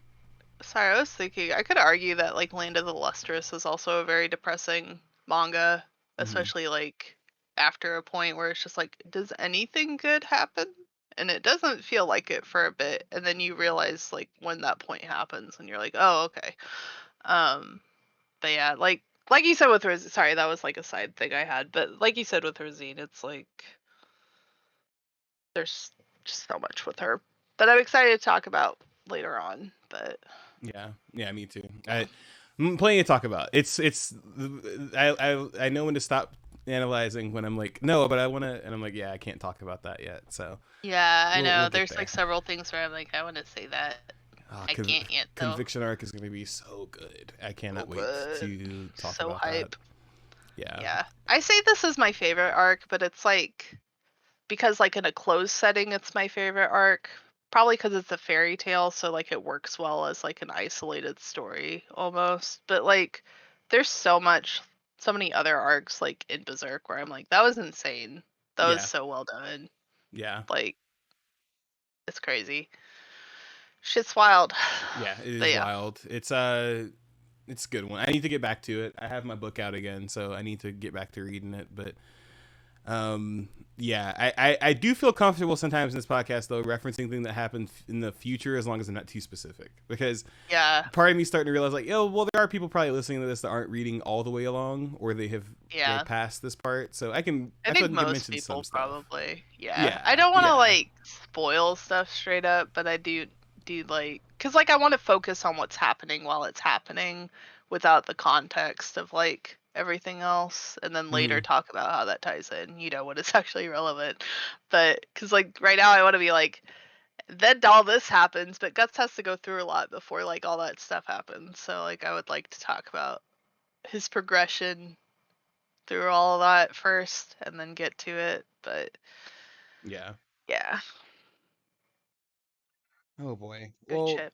yeah, I don't know. I'm glad to get back into this. I'm trying to get back more into my manga stuff too. So next time I'll have more stuff to talk about. I'm gonna read that the Jean Bride one that you told me about and probably Yeah, get over to it's just like a volume right now. It's not cool. very long. I think there's like 3 volumes out total or something, maybe 5, but there's not a lot, so it's a good time Yeah. to start reading it. But Yeah. yeah, that one's good. And then I think I recommended this anime last time for everybody, but I no one else talks about it, so I feel like I have to shill it really hard. um, but everyone should watch Yatagarasu, Yeah. because it's really fucking good, and it has 2 seasons, and it's like done now. So like, you should watch those 2 arcs that it has because it's very well done, and it's a good fun mystery thing, and it's not what you think it is. That's the theme of my recommendations. Apparently, it's not what you think it is because I thought it was going to be like this like court drama intrigue with like concubines, and it like kind of is, but that is not what the main focus is on at all. And I was like, oh, okay, I was Okay. completely misled going into this, but I'm not hating it. So it's really Okay. good though. Animation is insanely good for what it is. I was like, why is this so good? Why is this It animation so looks good. crisp? Yeah. It looks great. I will put it this way: this anime made me want to read the light novel it was based off of, and I never want to read light novels. I know.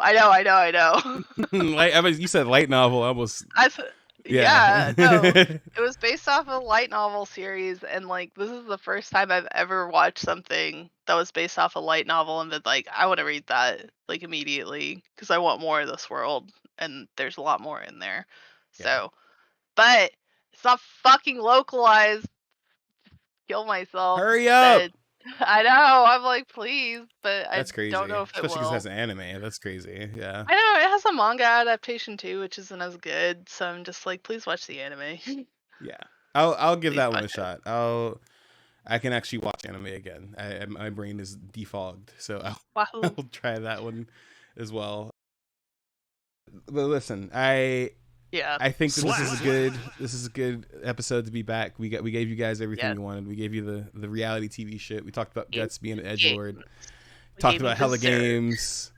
play Metaphor, play the new Zelda game. Don't play Deadlock unless you want to get screamed at by a sweaty Deadlock player. But call you a little bitch like 5 times. Call you a little bitch. We really appreciate you guys for tuning in. I'm sure some of you guys saw this coming up in your inbox and you're like, huh? So really appreciate you guys listening in. We're not dead. That's the thing. We never like killed the podcast or anything, right? Like, it's like we're not like, we were both like, yeah, I don't want to do that anymore. Life just be happening. So it really kicked both our asses for a bit there. Yeah. I finally got a new job, which was great. Yes. Oh my God. Since you I think Kyle got a new job. Yeah. Briefly talked about it last time because I think we did it like right before I got it or right after I had started. It's going great, by the way. Love my job. Cannot talk about it at all. It's funny. No joke. Even when there's not mics around, he can't talk about it. No, I literally can't. It's kind of funny. It's kind of nice to have that level of separation between my work because I literally can't take it home, and I'm just like, this is great. I don't want to deal with it. Met a lot of really cool people there. Met a lot of insane people too. Have this old lady who like hates my ass, which is really funny. Now that I've had a little distance from her, it's really funny. You're like, oh, it's hilarious, yeah. Yeah, it is. It's this like 70-year-old woman who has beef with me, and I'm just like, I don't. Why are we 70, beefing? Bro. Listen. At our boring ass secret job, it's so stupid. Yeah, I listen. If you're listening to this and you like me, give me a job. I'm here. I'll do whatever you want me to. Work. Give me a job. He's smart and does stuff. I have, for context too, guys, I have not had a job since Augusto. Yeah. Agast. So if you got something, give it to me. It's fine. Yeah. But no, in all seriousness, hit me up. I got my resume. Go find me on LinkedIn. But listen, I really want to thank you guys for tuning in. It's been really good. We will definitely give you another chunky podcast next time too. We just like talking. So we're trying to get more regular again. It's just been a year for 2 years for both of us, really. Yes, it's been a lot. Like I can't stress this enough. My job like pissed me off. Like I could not work it anymore. It was bad. So I feel a lot better. It's funny, there are people I haven't told I don't have a job anymore, and they're like, wow, you look better. You seem so much better. Wow, you look a lot better. Exhausted anymore. I've like lost weight and shit. It's fucked up. Like, so yeah. My last thing I will say is, listen, if you're at a job you don't like, if you're doing something you don't like, just like the video games and books and stuff we talk about, you can just hit the bricks. Get the fuck out of there. Hit the fucking bricks. Just leave. If you're like me and you do need to stick around for it, just keep applying to jobs. Yeah. Stick eventually. If you're not at your breaking point quite yet, because I was at my breaking point, just keep applying. Just keep doing it. Something will pop up. Something's gonna work out for you. But in the meantime, keep listening to us.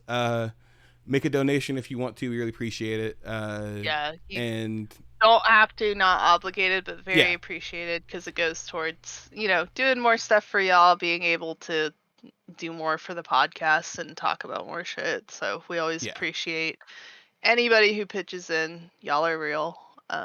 Yes, we really, really appreciate it. If you stopped your contribution too, I totally understand. That's totally fine. We were gone for like half a year. Yeah, we were gone for a long time. If you didn't, you're more than appreciated. Please contact me or something if you need me to do something for you, because that's insane. Yeah, we'll do a special episode just for you. We will literally give you anything. We'll give you an episode. Tailor-made episode just for you. You can pick the manga, you could pick the anime, you could pick the reality TV, whatever you want to do. We'll review an episode of something, whatever. We really appreciate it. But no, you can see us all over the place. We got the Twitter at let's_unpack_it.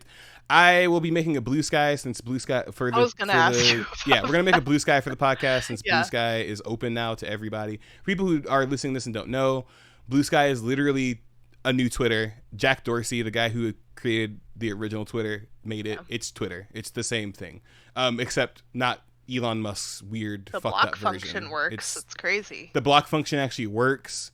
It's not the weird algorithm that's just showing you a bunch of racist right-wing bullshit. So we will be making... it's literally just your followers or people following you, which is great. What you want to see is what you see. So it's like Tumblr in the old days. Exactly. It's so good. So we will be making an account there, so you can hit us up there. Email is still the same. It's in the corner. We're unpacking it at gmail.com. And then hit up our Anchor page if you want to donate, if you want to sit there, listen to it. It still goes to our views and listens and stuff. And check out our YouTube. This is probably going up on YouTube too, so go ahead and subscribe. Stay tuned there. But yeah, we're back. We're doing the podcast. If there's a week or so off soon, it's because I'm like going out of town or something, but we're probably going to record a couple episodes to cover that. So yeah, we got holidays coming up, so y'all know how that gets, but we're going to be trying. My brother's getting married in December. Oh yeah, crazy. Yep. So we will definitely probably be having at least one more break, but don't expect another 6-month break. That's not gonna happen, at least anytime soon. We're gonna try not to do that again, because we genuinely like doing this, and like we always said, like if we didn't like doing it, we wouldn't do it anymore, but that was not the case this past time. We were just tired.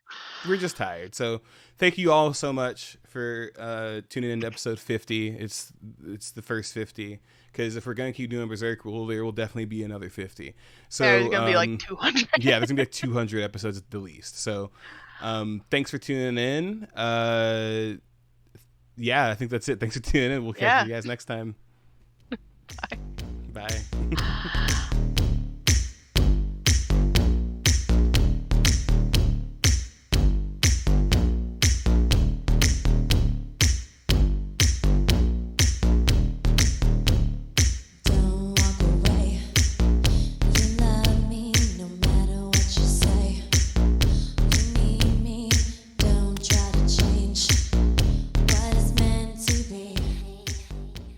Game over!